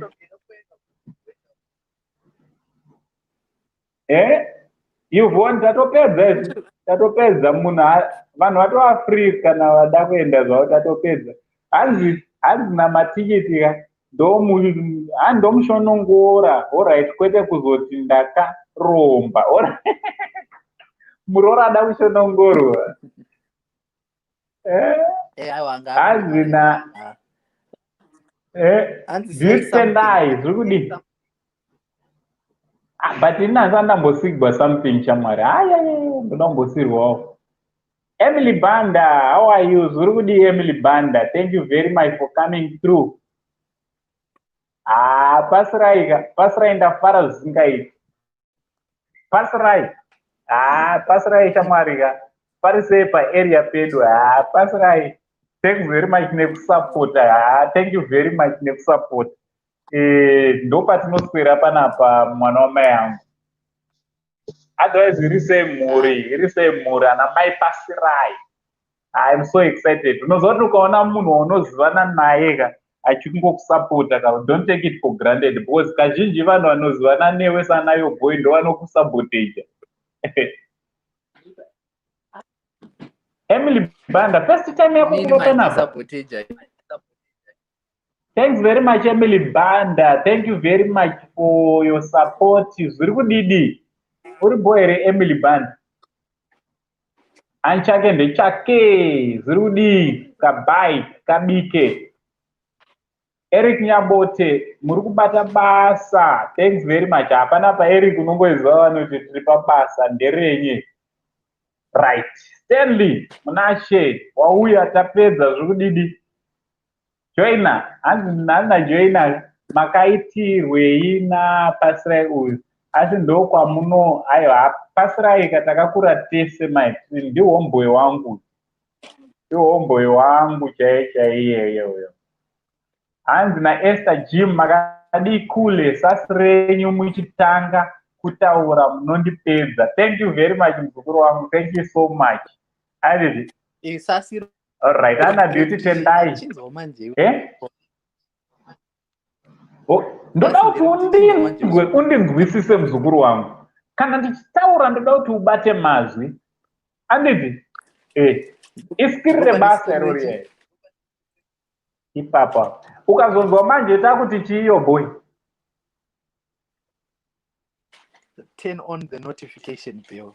Right. So that whenever I upload a video, you'll be notified. Alright. Anzi Beauty Tendai. Following Uncle, it's my second time to be here. Aiwa muri kugona Uncle. Thank you very much. Thank you very much, Beauty Tendai, for your unwavering support. Right, Liberty Msariri, kule msei. Ndatangawo nhasi. Aiwa munobata basa. Thank you very much. Sekuru kurokodza. Hanzi Dokurai. Zai. Changoswi. Sora hako mzukuru. Right. Ndodaisa link rangu. Yo boy unozwa todaita sei. Yo boy. Mkwasha. Yo boy. Lonzo. Rega tingo invita munhu. Ndoda invita ngati invite munhu munyowana nditi. Atanga kuya nhasi pa SNTV kana kuti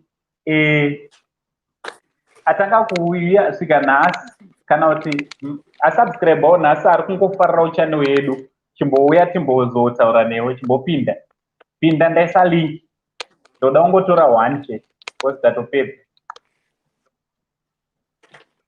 Thanks very much Rich. Hanzi basa munoribata zvechokwadi. Murambe makadaro. Thank you very much. Without you basa rachona riendeke, basa rachona njime handiti.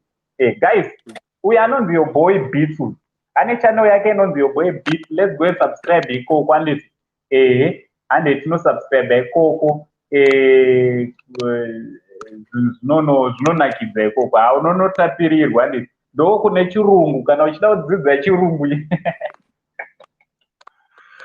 unotaura chirungu chaicho kwete chokunyeta handiti. Also tine channel yedu inonzi taura kayoboy channel yedu. Aiwa pinda nefesi shamwari. Pinda nefesi. Yes. Beats and reaction. Beats and uncle reaction. Right. Fair.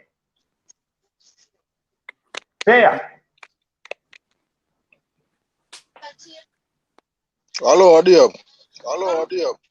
Boss, zviri mzuku.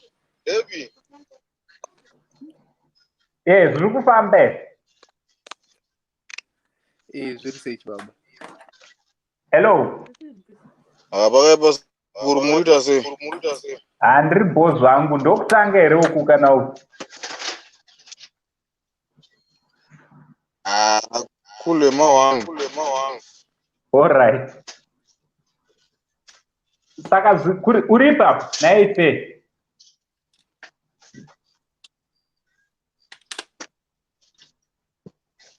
Uri kupi mzuku? Abantu ribagwira hanga pamapopoma. Pari sei pachandwa? Gweru sapa. Kapa gweru ndo pachando pedu kaku. Handi kune chando chakaipa. Hakuna nani. All right. Liberty ndeti? Ndevi kule muri sei? Aiwa ndiri bomu mvura ndoyauya mino mapenga mabewera. Aiwa basa murubata kule. All right, regadi beta mzukuru ndimi munoti manyawi. Musipo basa rachona rinobatika. Handiti? Tinoda kutrenda guys, ndoda kungokutendai nesupport yese yamunoramba muchitipa handiti? Sevakaita sari. Saka uri kupi nhai Liberty? Apa ndiri kuchinoi zvangu, ndiripo pachinoi. Uri pachinoi Kev? Ndiri pachinoi pachikoro chaipo.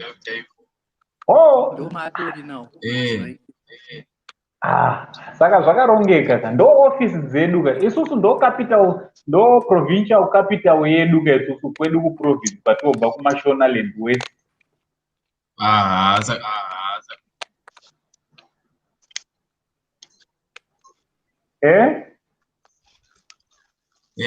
Ndo matiri zvamunobudisa uku. Handiti? Tine gweru, tine chinhu. Iwo unobva kupi? Yo boy. Fair. Ndandiri siyana. Negweru, tine chinhoi, inini kumbare, muri kupi? Inini guys, inini handizo ndiri kupi. Ndongozva kuti mai vangu muiradziwa. Ndiri mwana wemuiradziwa.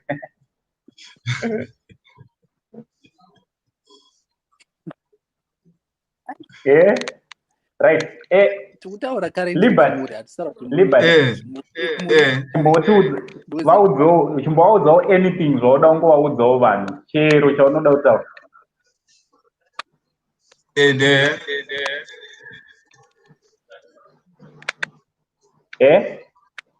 Kana ka advice so. Kule madi Juma kule.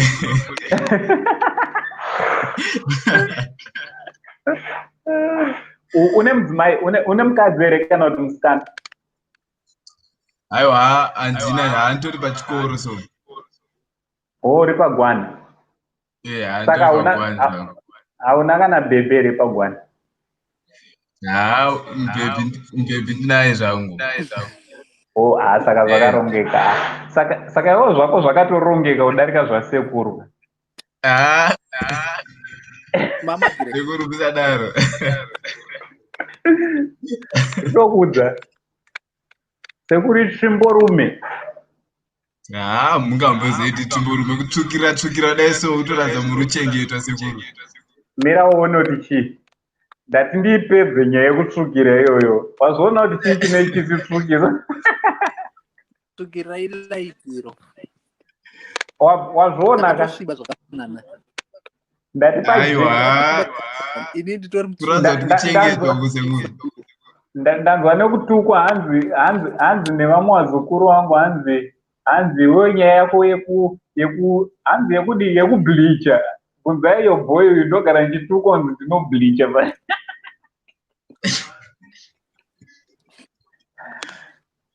Aiwa tine high definition camera wazukuru. Mukaona manhingi tine high definition camera yekuti tikangodzvanya mabhatani achona nemalights atinawo kamustudio. Iwe unobvaona munhu tinosvuurwa ganda but skini dzedu chaidzo ka ndedzidzi. Ayo.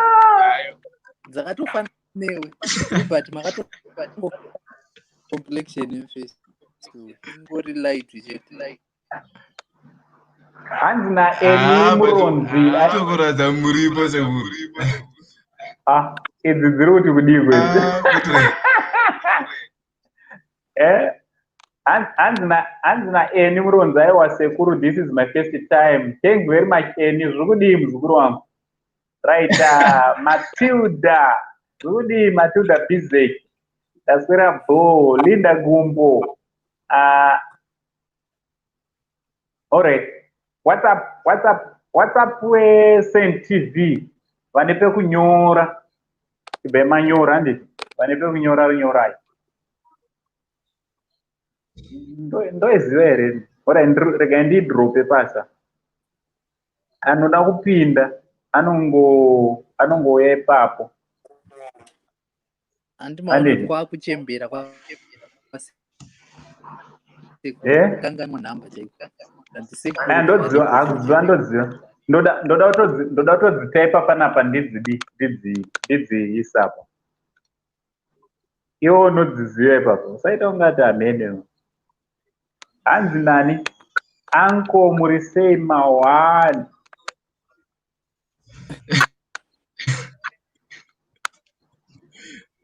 Ayo boita uchiverenga makomenti. Ungangopinda mustudio waramba wobuditsira verengawo makomenti. Kuda warikukangana namba. Aiwa namba ndiri kutotaipa.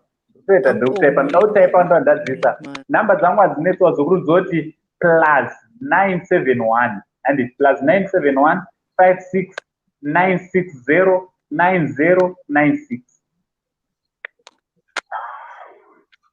Mandinwe. Right. Yes, Stanley.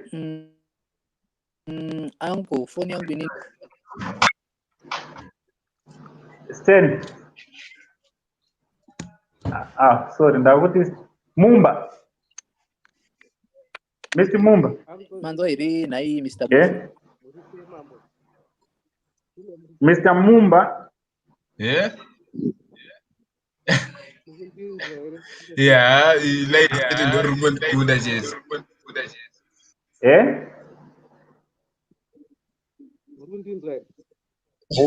Yes. Swedera padhuze mchana. Murundinzwa here Uncle Saint? Yes, ndakukunzwa ndepi. Zviri sei. Andiri bozo kufambe. Madhonza apa ndakaona ndakatarika ini mbopindawo mani. Aiwa, wagona wapinda zviri kudidi. Patapedza zvedu kwangori kutongotandara zvedu. ko handina enda ndine mukadzi ndakutomhanyira mukadzi handimamona yobhoyi atodzimisiwe zvezve atonzi chiuye nemukadzi pakaipa otherwise vari sei maraditi kungokiya zvemusango kamunongozviziva zvemusango kungokiya kungoda kuzvidida uri kupi handiri pajoza mana joza inonakidza mana joza nendiri ku next year ndiri kuyo joza zanzi sida kutoyawo kwamuri kudubai sachikidzirwe nemazita oko mana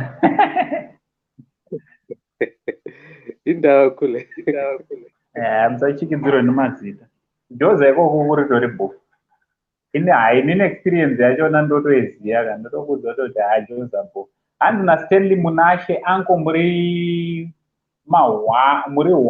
mahwani hanzi chiko mahwani pane pano subscriber ka2 here cause mopedza basa I don't want to miss it. Stanley hanzi ada usubscriber ka2 maoko ako awo muzukuru hainini ndinoappreciate zvangu hainini inandiroyeni maoko awo thanks very much mesa zukuru wangu ka awo maoko ndenyu awo thank you very much kana wanga usati wasubscribe anko ndine chamakakanda nezuro I think just around 12 here or past 12 but andinazombochi kuona kuti zvazofamba sei ndakakanda chekuti chiko midnight chekuti kubvira chichi ndechekubvira moto wangu wabvira saka takabva tamhanya nayo nyaya yacho haisusu ndoremerwa ini negosipi makuhwa saka moto wakabvira kuti koboza handina kuzonzwisisa makangoita 3 minutes chete pamadisapia wati ndakangodi makangoita 3 minutes pamadisapia ndangoita 3 minutes ndadisapia muzukuru indine ndichiremerwa handikutoona izvezvi ndiri kutoita ndichitoona ndichitoona maswits kuti makamira sei chimwangu kune chabuda chete ka hamundoona handioneki akule makanyanya nuka pamwe sekuru pacho pamwe nuka sekuru pamweni zviri kudii zviraidi sekuru muchipo here nhasi tambotandara hatakupedza handakuvhara manje kuparara zvikuru vangu nhasi mambotandara nevazukuru rege tamboti rega titandare nevazukuru tionana kudai wapaka trakeri ndambosvika hangu paimmigration apo ndambozorora alright otherwise pari sei parodi pari nani line baba pane kiu mapinda bhizi mino pamwe tobva mangwana makuseni aiwa munotomborara mutombozorora tongozorora modi aiwa tati timbopinda zvese zvotazorora tichimbotaura nasekuru taura zvako pane chiro chimwe sekuru chamakudeshamu alright taura neni mbuya aiwa inzwaka mzukuru mbuya vari kuuya handiti mbuya vapadhuzi handiti mbuya vapadhuzi nekuti akadzi edu anode kupangirwa nembuya taura zvako kuti vakadzi venyu vazonzi everyday kwasekuru ozvezvi ndinangu ndiri kubata basa rachona but hazvizonatsoita ozonzi sekuru wacho ava Pane dzimwe dzinombuya. Pane dzimwe dzichidambuya. Namba ndaisapo zukuru. Namba. Asi chiri kunakidza ndechekuti muri kudzibata. Ate screenshot. Sedzimwe dzandoda kutozombodzidzisa vakadzi.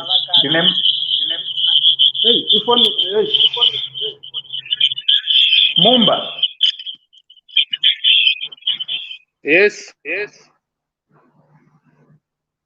Alright, ndakuisa pamute. Foni yako yanga yaita musikana. Sechiuno ichi. Uri kuona chiuno muzukuru. Next week tiri kutanga ndoda kudzidza. Pane kamwe kastaira kandakaona kandoda kudzidzisa vana mai chiuno ichi. Ndinotori netumavidhio twandoda kugadzira ndichivaratidza kuti chinotambiswa sei chiuno ichi. Haimi. It's a story for another day.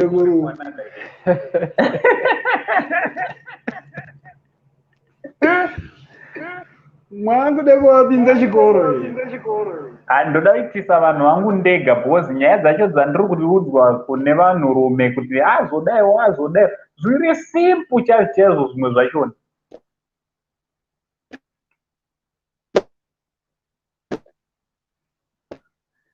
Alright. Hello. Alright. Ngatichigumire panapa zukuru wangu anditi. Thank you very much for all your unwavering support. Ndimbotora makomenti ekupedzisira ndidi kubva ndisina kuverenga komenti yemunhu. Kana pane komenti yatajamba, sorry vazukuru. Anditi. Basa sekuru. Thank you so much. Morara munyasha dzamwana. Usabirwe ipapo. Mumba. Urare bomb zukuru. Sharp. Right. Rega ndikuite kuti right. Zvanatapedza hanzi namaibongwe makaipa mudhara. Maoko ako awo muzukuru. Thank you very much. Thank you so much. Kana Kevin, anko makanyanyisa kudarika vese paneti. Thank you so much. Zvese nechitira iwewe Kevin. Ndio anechitire izvo. Melissa Mpofu wakadi yako muzukuru wangu. Handiti aiwa ndinofara. Hanzi musazokangana kutipa yemurume wekunwa mushonga kuti ava sei. Alright, ndichaibata nyaya yachona. Ndichaiteera ndinzoti akazodii. Handiti. Right, shedza ndeipi. Let's go and subscribe. Chimuzukuru changu ichochi. Hande tonosubscribe tinoona zvaari kuitawo Chedza production. Kudzi tapedza zveshuwa. Thank you very much. Maita basa murara munyasha. Na Uncle Saint neSaint TV crew handiti. Chitichi much love. I love you all. Ngati subscribe kune vasati vasubscribe handiti. Thank you very much. Thank you so much.